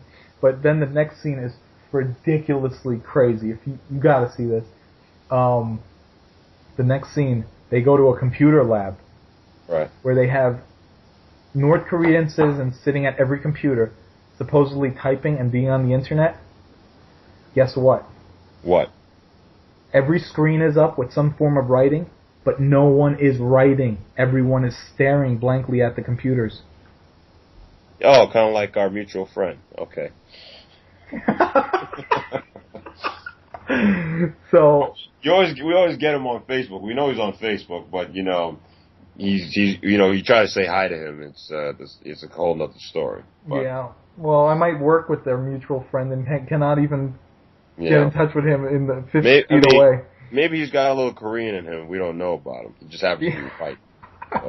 Maybe he's under control of Kim Jong Un. Yeah, on some Manchurian candidate type bullshit, right? Wants to assassinate an important government official or something like that. There was one time.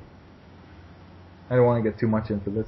There was one time that like a senator, something happened, and the guy they showed on the news looked just the same.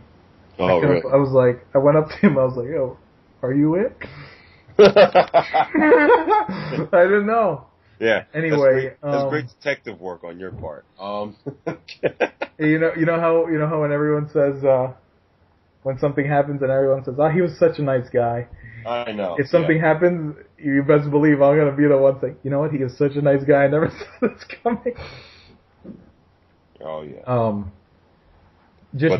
But that's nothing short of disturbing in terms of like what you're telling me about. Oh yeah, so check this out. So they're in the computer lab and they're like, oh, it just feels eerie, because everyone's putting on a little show for you. So in one way they're welcoming you, but in another way it's kind of like being welcomed in by a cult or something. Yeah. Or you're getting shown. When Nazi Germany was holding the Olympics, and I believe 33 or 36, I think it was 33. They invited all the athletes from the country. 36. It was 36. Okay. They invited all the athletes from the countries, of course, to hang out and have fun and whatever in Germany. But they were told, the people of Germany were told, you treat these people completely perfect. And it was kind of like whatever shit was going on in the city died down for a couple days, and they put on a nice little dog and pony show to the fact that when the black athletes from America came home, they said, shit, we're getting treated better in Germany than here. Right. So they put on a completely good show, and then, whenever the different countries all left, then it was back to, Nazi business. Oh yeah, so they're in the computer lab, and they kind of say, oh, here, let's talk to this citizen. But of course, that citizen was like hand-selected. Come on, that guy was waiting. This guy, instead of just looking at a typing program, was staring at the home page of Google. Now, was this some respect thing where everyone stopped using Google because there was people in the room? Maybe there's such a cultural divide, but the people of the show were making the argument that they were trying to trick us into believing that people were using the internet over here when that is not the case. Right. I mean, you're staring at the homepage of Google. Who knows what their culture customs are, but that was the argument that the show was trying to make, at least. So this guy turns around and goes, yes, I am studying in a university. I am studying string theory. Like, he was hitting such bullet points of, like, Western philosophy or whatever. Yeah. Not that they don't have that over there. Obviously, they do. Right. If he's studying string theory, looking at a blank screen, and I'm studying quantum physics right now, looking at your mug, right? looking down your pants, huh? Yeah.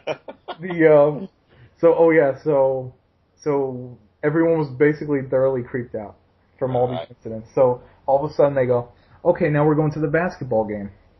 So they put one Harlem Globetrotter on one team and two Harlem Globetrotters on the other team, and they kind of like pick the best under 18 athletes to have a game. And the point of the game was not supposed to be America versus Korea. To their credit, it was supposed to be America with Korea. So that was kind of cool, Yeah. All of a sudden, the game's about to start. Who shows up at the game? Dennis Rodman. He was there. Guess who else shows up? I'm at a loss. I'll give you a hint. He looks like Gangnam Style. Psy? No, Kim Jong-un. Oh, I thought you... Oh, yeah. Obviously. Yeah, he shows up. He shows up, and the crowd goes apeshit. Apeshit in a very controlled way, where they're chanting for minutes. In Korean, they're chanting, live 10,000 years, live 10,000 years, live 10,000 years.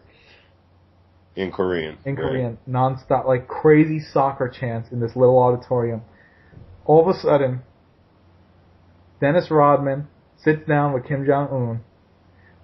Keep in mind, Dennis Rodman is currently wearing Adidas track pants, a tuxedo suit jacket, Okay. sunglasses, Mm-hmm. a LA Dodgers or something baseball cap, all black, and he's got all his rings and his lips, earrings, and he's got all his tattoos on, of course. He was always a classy individual. But keep going. So you got Kim Jong-un and Dennis Rodman hanging out together, watching the game. That is, I mean, you're right. I saw the damn pictures in the newspaper, but then again, I know who reads newspapers, but yeah, call me old-fashioned. To make it, the guy from the team is just looking. The guy who's the reporter is just staring like, this is so completely surreal. Like this should be epic, but usually an epic moment or an epic encounter has epic components. This is an epic encounter that has goofy components. Right. Yeah, without question. So, I mean, you have like this clown sitting next to this dictator, and it's almost like a bad comedy film. It's almost like I don't know. I feel like Sacha Baron Cohen is like playing a practical joke on us. Yes, that's what it seemed like that. It seemed like that because something was off. Right. Something in communication and culture or whatever it was, something just felt so off about this. And to the fact that like you're watching it and you're just getting into the story, but then every couple of minutes you step back and just view the image as a flat image and you're like, the fuck is this? Is this for real? Right. So the game ends. It was a tie with no overtime. Per Korean rules. Oh. Now, all of a sudden, Dennis Rodman gets up and gets on the mic. What does he chant? He faces Kim Jong-un, and he's got a translator there. And he goes, first of all, I want to let you know that I'm very happy to be here and I'm honored. And he goes, and the translator tells him, and the translator said everything accurately, and Dennis Rodman said this: I'm sorry that relations are not better with our country, but I want to let you know that I am your friend. Then Dennis Rodman goes on to have the Rocky IV moment. I don't know if America's going to be too happy with that, and says, and furthermore, I want to let you know that as of this moment, our countries are friends. Oh, God. So he made a pretty bold statement. I don't know if he can cash that check. Not only is Dennis Rodman and the leader of North Korea personal friends, but as of this moment, our countries are now friends. Right. It's almost like, so this was like, if I can change speech circa 2013, okay. Yeah, and instead of the imperialistic version, it was like the reverse. Oh, okay. You guys are cool. No, it was very much like that. It was very much like that speech, and the crowd was chanting and cheering. I don't know if they were doing it so much out of respect or what. It is a little weird for those people to get a lot of bad American propaganda, but then, this new guy's coming in, and maybe that is his goal, to make things like this. But I could definitely see why people don't want North Korea to have a bomb. And I don't believe anymore that it's the reason that they're a superpower and they're dicks. And they could be like an adversary like Russia or Iran, and they could be like, fuck you, we're bombing you. I think it's almost like if you had a group of people and everyone was making bombs together, and you had a socially retarded person in that group of people, why would you give that socially retarded person capability to make a bomb? I don't think it's even the aggression factor. It wasn't. I'm telling you, it seemed like every country is afraid of North Korea for being just an oddball. For being like, oh shit, don't trust that guy with the nuke. Right. Who cares about power? That guy's gonna blow up everyone for no damn reason. Right, exactly. It was so right. It's like who let the monkey in the room? Seriously. And who's gonna? You really gonna trust that monkey with the gun? Seriously. Oh God! It goes further. It goes. That was about the height of it. I'm not even sure if I can withstand this, but keep going. It was only a half hour long, the program, and it was completely the only word I can think of it is surreal. Surreal. So, of course, everything was very controlled the whole way. All of a sudden, they're told, "Get dressed quickly. Get out of your basketball outfits and get dressed quickly." And, you know, they're in the locker room. It's not like, you know, the whole little thing is over. So they're like, get dressed. We're going across town. We can't tell you where. So they're like, oh shit, no. You know, what did fucking Dennis Rodman do? What does he do? No, I'm saying, you know, what did he do? But, okay, so they all get in the van, and they drive across town. So they come to this, like, this hall where every gift that's ever been given to the leadership of North Korea is. I might be saying these events out of place, but they come to this, like, great vault where they show all the gifts of North Korea, and they show that Madeleine Albright gave a signed Michael Jordan basketball in the 90s to her father. And so this thing's like held up on a trophy with, like, you know, gifts from other kingdoms essentially. Right. Yeah, it's so funny, man. And so anyway, they get to their destination finally, which is like a meeting hall or like a dining hall. All of a sudden, Kim Jong-un is there, like, what's up? Okay. Like, everyone gets completely drunk. And there's pictures and videos of Dennis Rodman chilling with Kim Jong-un all night, getting completely fucking drunk. You know, I'm almost willing to say that if we all drank together, I think the world would be a hell of a lot better place. Yeah. Or smoked every day with each other. All right, or smoked every day, whatever. I think if we use recreational drugs together, no matter what size we were on, I think that we would be a hell of a lot better off. Yeah, you gotta see these pictures. The Harlem Globetrotters, because there was a man who in North Korea was very tall. He was about like 8 or 9 feet tall. 8 or 9 feet tall. Okay, let's put it that he was about 8 feet tall. I've never seen a man this tall.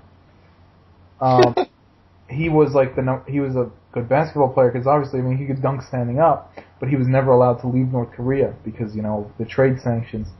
So he always wanted to go to the NBA, but, you know, he was very happy to see the players because he said, you know, now this opens some sort of a bridge, hopefully, in terms of that stuff. Anyway, there's pictures of the Harlem Globetrotters who had this, like, blown out puffy afro holding up the longest end of his hair to show that the longest end of his hair was as tall as this Korean dude. I mean, the pictures are like drunken fucking Facebook photos. You know, I mean, nothing slutty, nothing like that, but it was just a drunken party.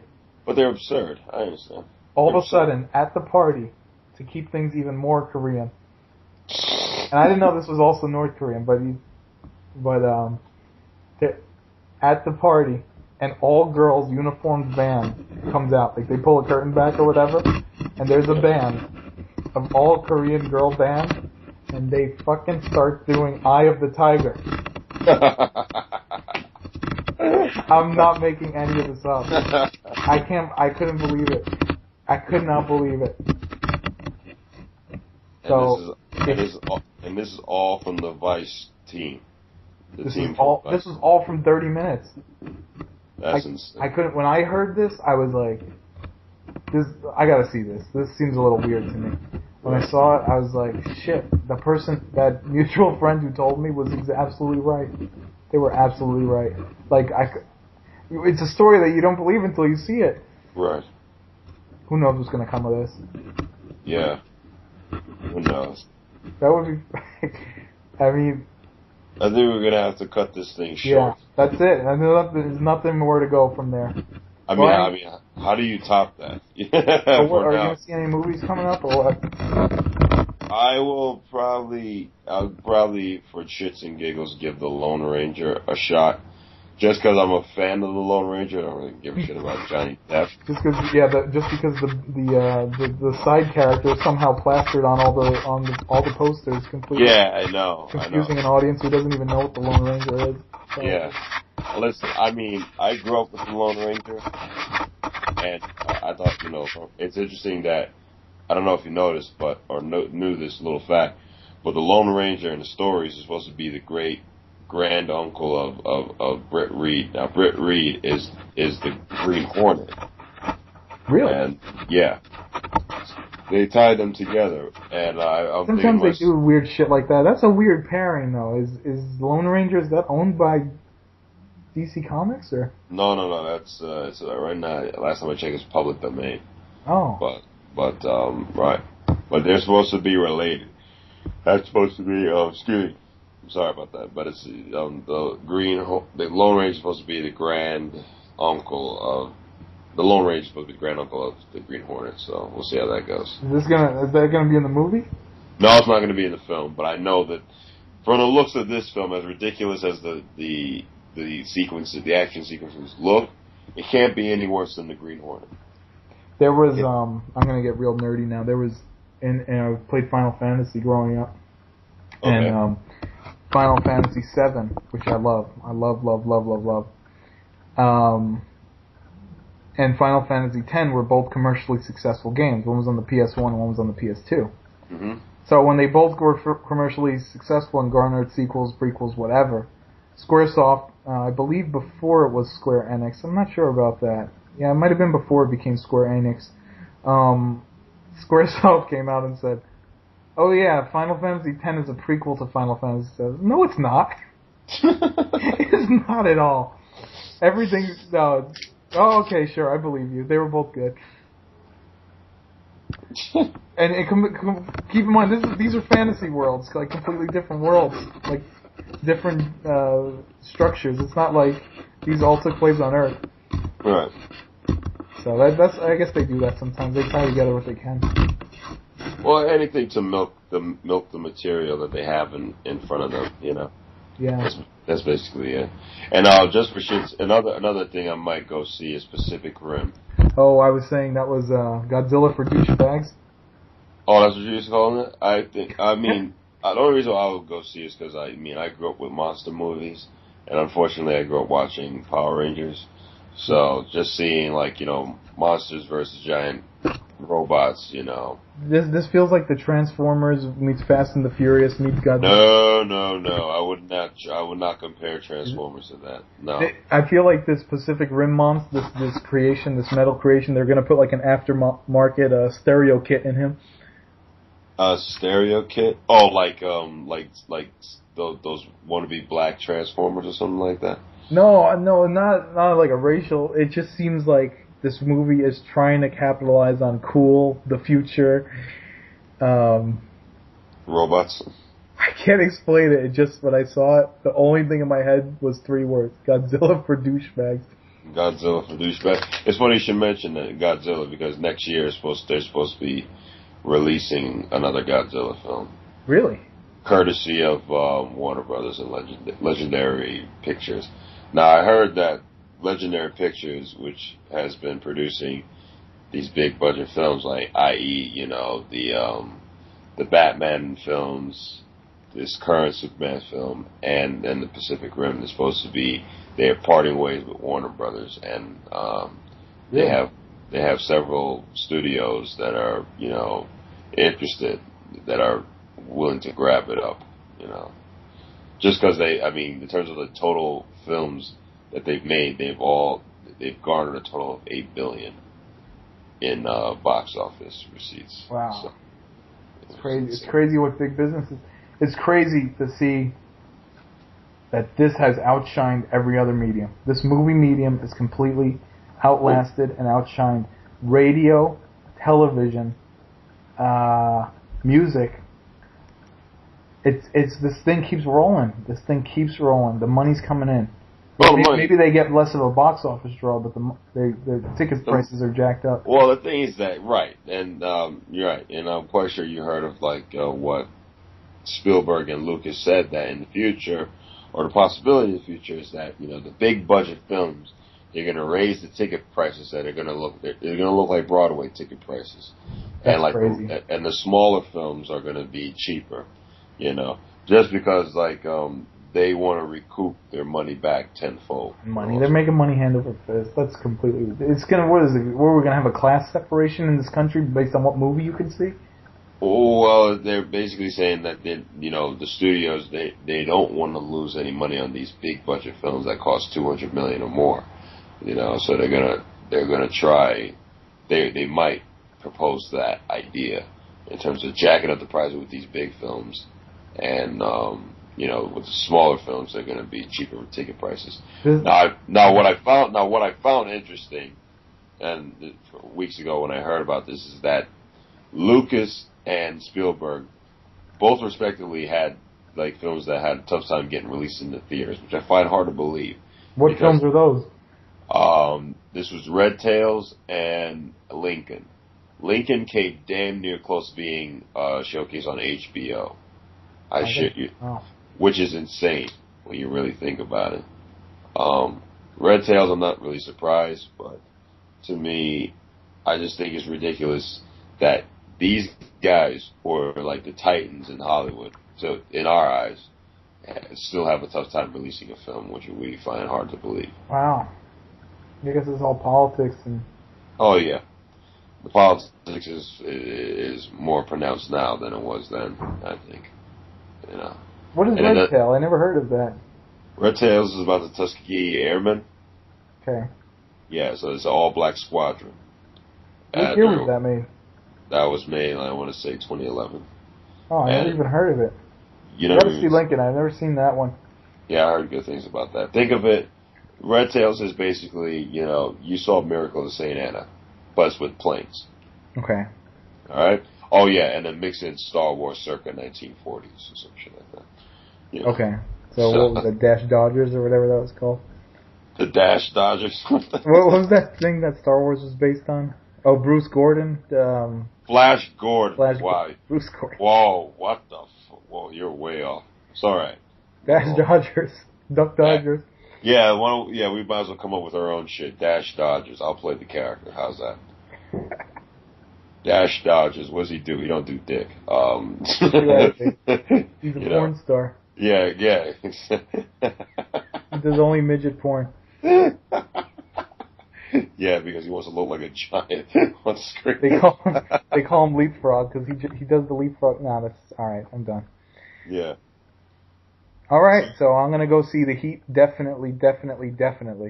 Okay, so then I'm gonna probably go see. And I might be disappointed. Definitely. Most likely, I see that happening. Isn't there some other big movie coming out real soon? Off the top of my head, White House Down is coming out this week. Yeah, I wasn't interested in that at all. But then I was looking at like some behind the scenes of it, and it seems like they try to recreate the White House pretty accurately. So it might be cool to see that, like a historic building, like blown to shit. I don't know if they did that with Olympus Has Fallen. I didn't see it. I don't know if that movie was good, but. Yeah, well, I heard good things about Olympus Has Fallen in terms of the action overall, the acting, and just the little twists and turns. There is, and I did see the trailer for White House Down. Channing Tatum is not really a Secret Service guy. He's a guy who's trying to get a job in the Secret Service. Goes for the job interview. Says he has like a C. They're like, you only had a C+ average in school. So they're turning him. It's basically like an action version of Paul Blart Mall Cop or something. Yeah, basically, right, but on a bigger scale, right. To me, Paul Blart it's funny because of that title and the poster. I don't have to see the film. I just see that, and I'm already falling down laughing. You know. Do you remember the Seth Rogen version of that? What was that called? Oh yeah. Where what's her name from Scary Movie played? Yeah, Anna Faris is in it. Shit. Anna Faris played a great character. Yeah. You saw it, right? Right now I'm drawing a blank. Anna Faris was always like drunk and throwing up, and he was like, "You complete me." Yeah, he was almost like sadomasochistic, or masochistic in that regard. I thought it was cool. Seth Rogen, I like a lot of his writing. He's creative. There were certain times with This Is the End that he was a little too creative, where it gets like gaggy. Well, that's cool if you're smoking pot and watching it, though. That makes it like a weed movie. Like every minute has a different little gimmick and it's funny stuff.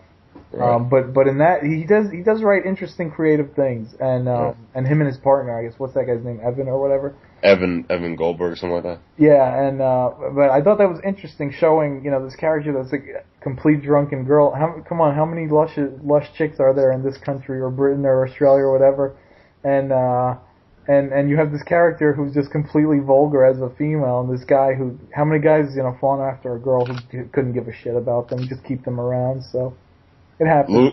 Yeah, it's called Losers. Yeah, so in terms of the loser comedy, he does it right, because come on, look, on sitcoms you have the loser husband who has the beautiful wife. That doesn't always happen.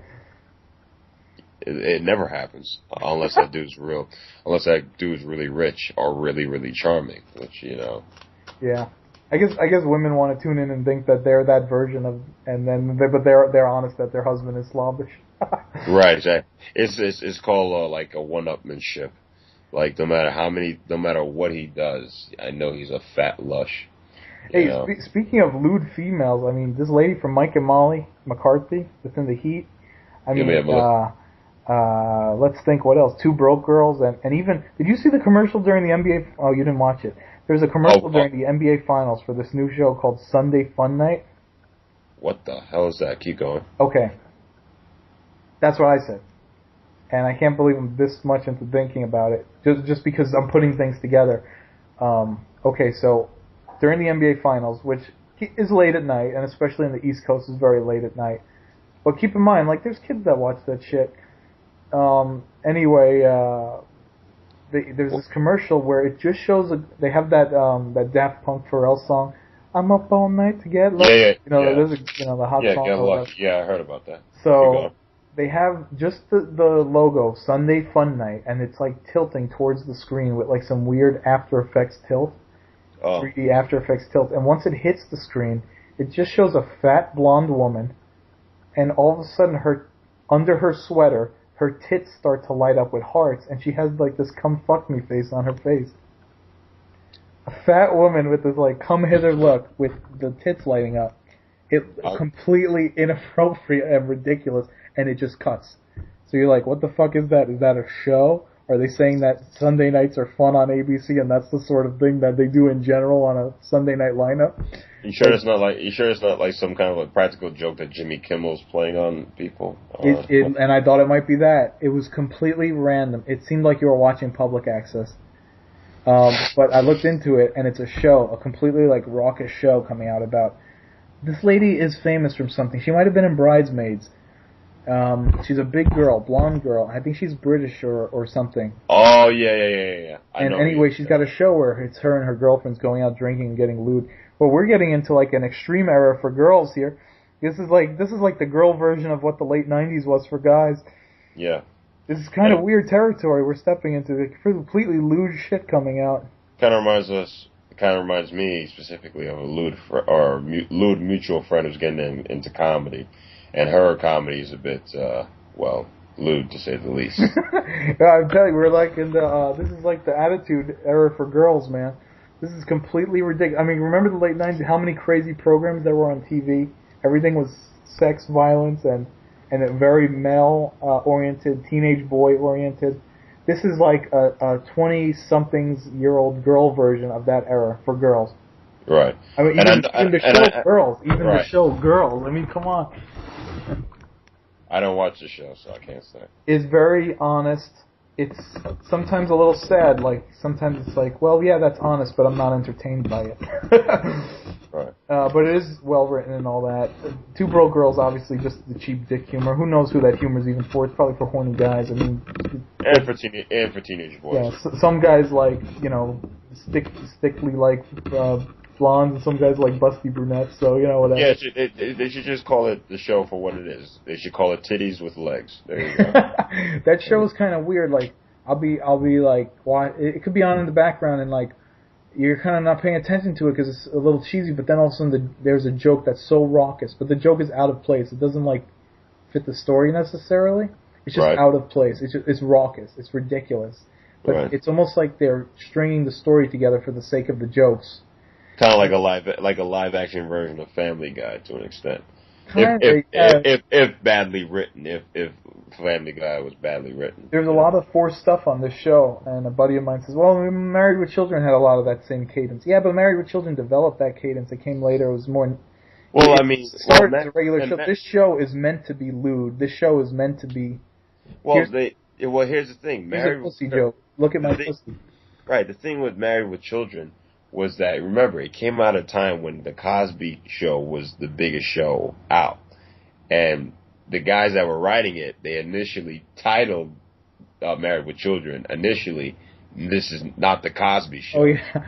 So, I mean, they were basically kind of poking fun at the old school family values that the Cosby Show was showcasing. The Cosby Show is basically, all, it was just like a combination of all the shows from the 50s that were in the 60s that had, like, good old fashioned American values and all that kind of stuff. Yeah, which was kind of weird because the 70s wasn't like that. 70s had good. Oh no, right, the 70s. Right, you had Archie Bunker, and it was a little cynical, and and it was in your face programming, respectively. You had All in the Family, you had White Shadow. I'm not sure if Hill Street Blues came out around that time. Jeffersons. The Jeffersons. Jeffersons had more shit talkers than any other type of character on that show. Like, three out of the main characters were shit talkers. And I miss the shit talkers, to be honest with you. I Yeah. do. I mean they, and also like what's happening. I mean, what was beautiful about what's happening is that you had a smart ass kid. Instead, like, how like you always have these shows where they have the cute little kid and all that kind of stuff. Back then it was like, huh? Completely unnecessary to have a cute kid on any show. Yeah, I know. It doesn't add anything, To me, I unless that kid is like a smart ass, then yeah, I'll definitely tune in. Yeah, and here's the other thing, just from a moral standpoint. People should only cast smart ass kids because it means they have a little bit of brains in them. So these kids are just nice and cute that feels like, oh, but look, they grow up all fucked up. Right, exactly. So, like our mutual teacher who was a child actor. Oh, really? Oh, yeah, right. I'm not even going to get into that, but let's keep it. I mean, I don't know. It was cool in the old shows. Even Married with Children, they all talked shit to each other. It was constant cut. Comedy's about cuts. But Friends was weird. I mean, but they had decent. Well, that was a soap opera in the form of a sitcom. Yeah, it was like everything was cute. Well, comedy's not cute. Comedy's not necessarily silly. It's funny. Lucille Ball was funny. She wasn't just being silly. Right. Well, the thing is that in comedy there has to be a sense of struggle. There has to be some kind of endeavor that these characters are going through that people can completely believe in. And if you treat it as a drama, the situation, the comedy will come out of it inherently. Yeah. Instead of you just tacking on joke after joke after joke, that could work, but for the most part, the best comedies, like in All in the Family, like the bit with like the episode where they have the wrong suitcase and apparently it's like Sammy Davis's suitcase, and Archie Bunker's a bit of a bigot, and so a bit. Yeah, I'm trying to be nice. But they invite this guy to his house, and he's reminding Edith, whatever you do, don't mention anything about the eye. Because apparently it's a glass eye at that time, due to a horrific car accident. Okay. And the first thing Archie Bunker says to him is, "Do you take cream and sugar in your eye?" Oh shit! Yeah, come on, comedy. It was like right, comedy, like good comedy comes from pain for the most part, and And there's just a series of things that happen in that particular episode that we're not going to get into. But I'm just saying, in terms of a good situation comedy, there has to be some sense of like real drama and some pain that goes along with it in order for it to be really effective. My buddy was saying tragedy plus time equals comedy. Plus timing? Tragedy plus an amount of time passed, like years or whatever, equals comedy. Yeah. I believe that. Hey, did your mic get loud?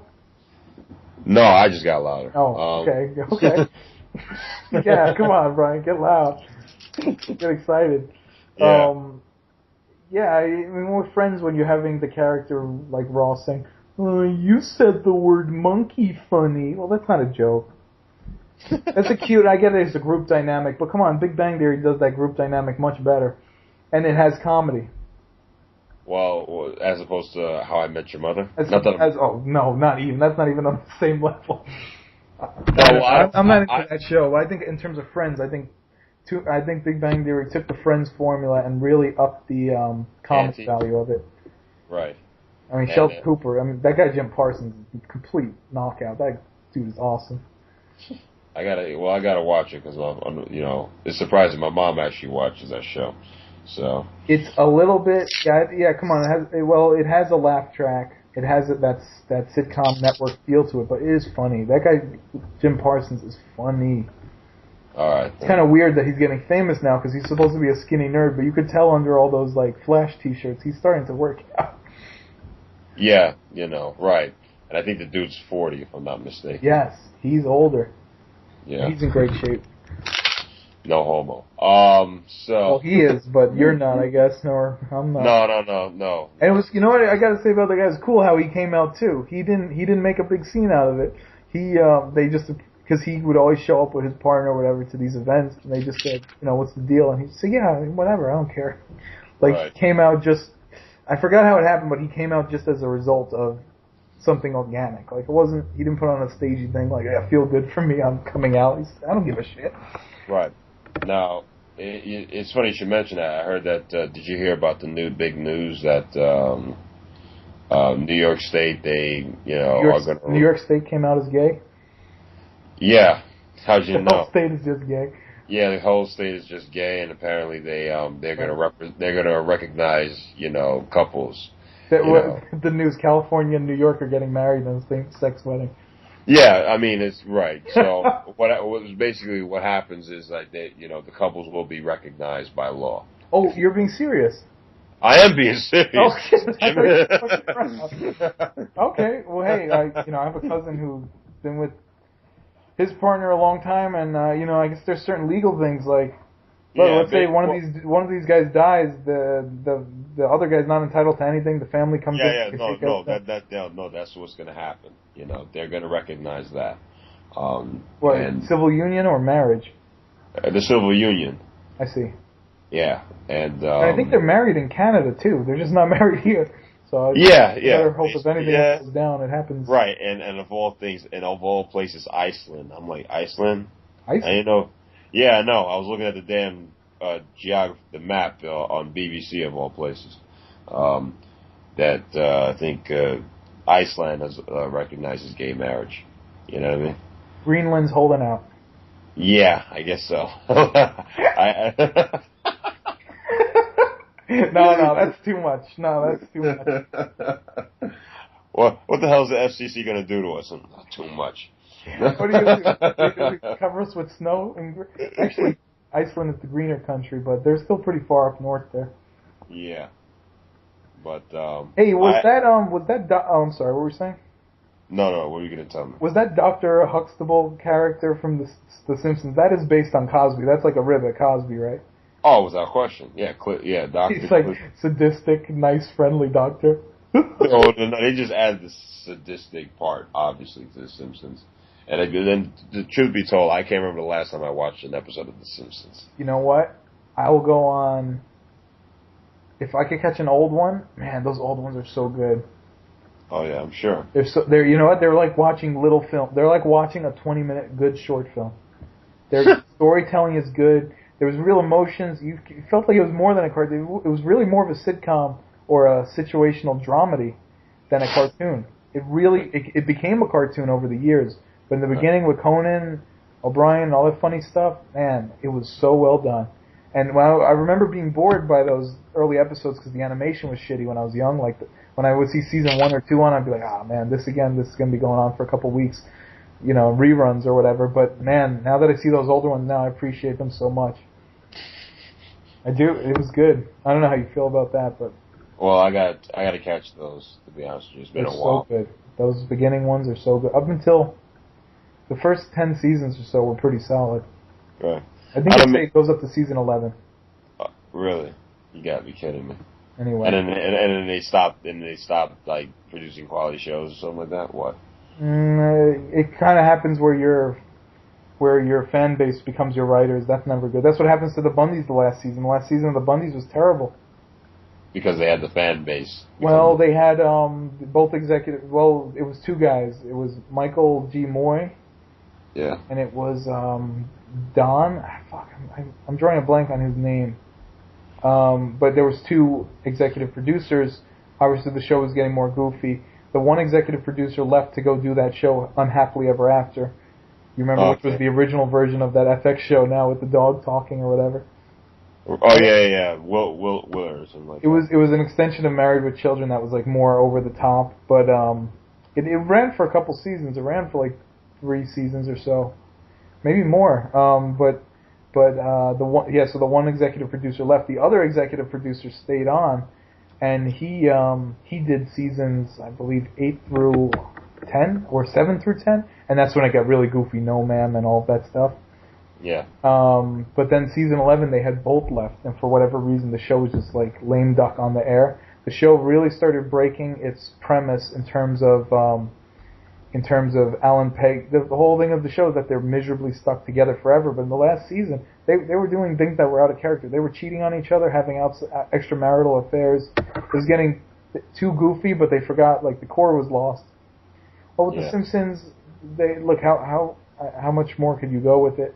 Eventually, fans aren't going to want to break the mold. They're going to keep going with the same characters and go deeper into those characters. But then you make all your characters or even Lenny and Carl, who were just supposed to be two bar hangouts, now have also become neurotic because you had to make so many episodes. You had to dedicate an episode to each character, or 3 or 4 over the years. Anyway, I'm on a ramble. I was like over 2 hours we've been on. Yeah, like 2 hours 10 minutes. I felt pretty good. Yeah, unfortunately we're going to have to cut this shit into parts. Yeah, let's go. Well, no, I don't think so. Just remember, we have high-speed internet for the last 15 years. Yeah. Yeah, that is true. No, I'm just a little concerned in terms of who the hell's going to listen to this. Well, I don't know. I don't know who's gonna... This is episode 1. What did we cover? We covered Superman, we covered World War Z, and Dennis Rodman. Yeah. And if anyone's listening to this, and you want to see any of those, go check out the Dennis Rodman one. Yeah, check out that episode of Vice. Yeah, I'm sure it's a real treat. So we were shooting the ish for over 2 hours. Yeah. Now, anyway, what's it? If I could get paid for shooting the ish. Yeah, I'm gonna send you a royalty check. Oh, you're such a kind bald fool. Alright, so I'm gonna go see The Heat. I'm gonna go watch some stuff on Netflix, and we'll regroup maybe in a week or 2. Good enough. Alright, see ya. Alright, later, Bob. Hey. Hey, what? Should we give our names, or should we give fake names? Well, that's up to you, pal. Alright, my name is Andy Rooney. And I'm Mike Wallace. See you next time.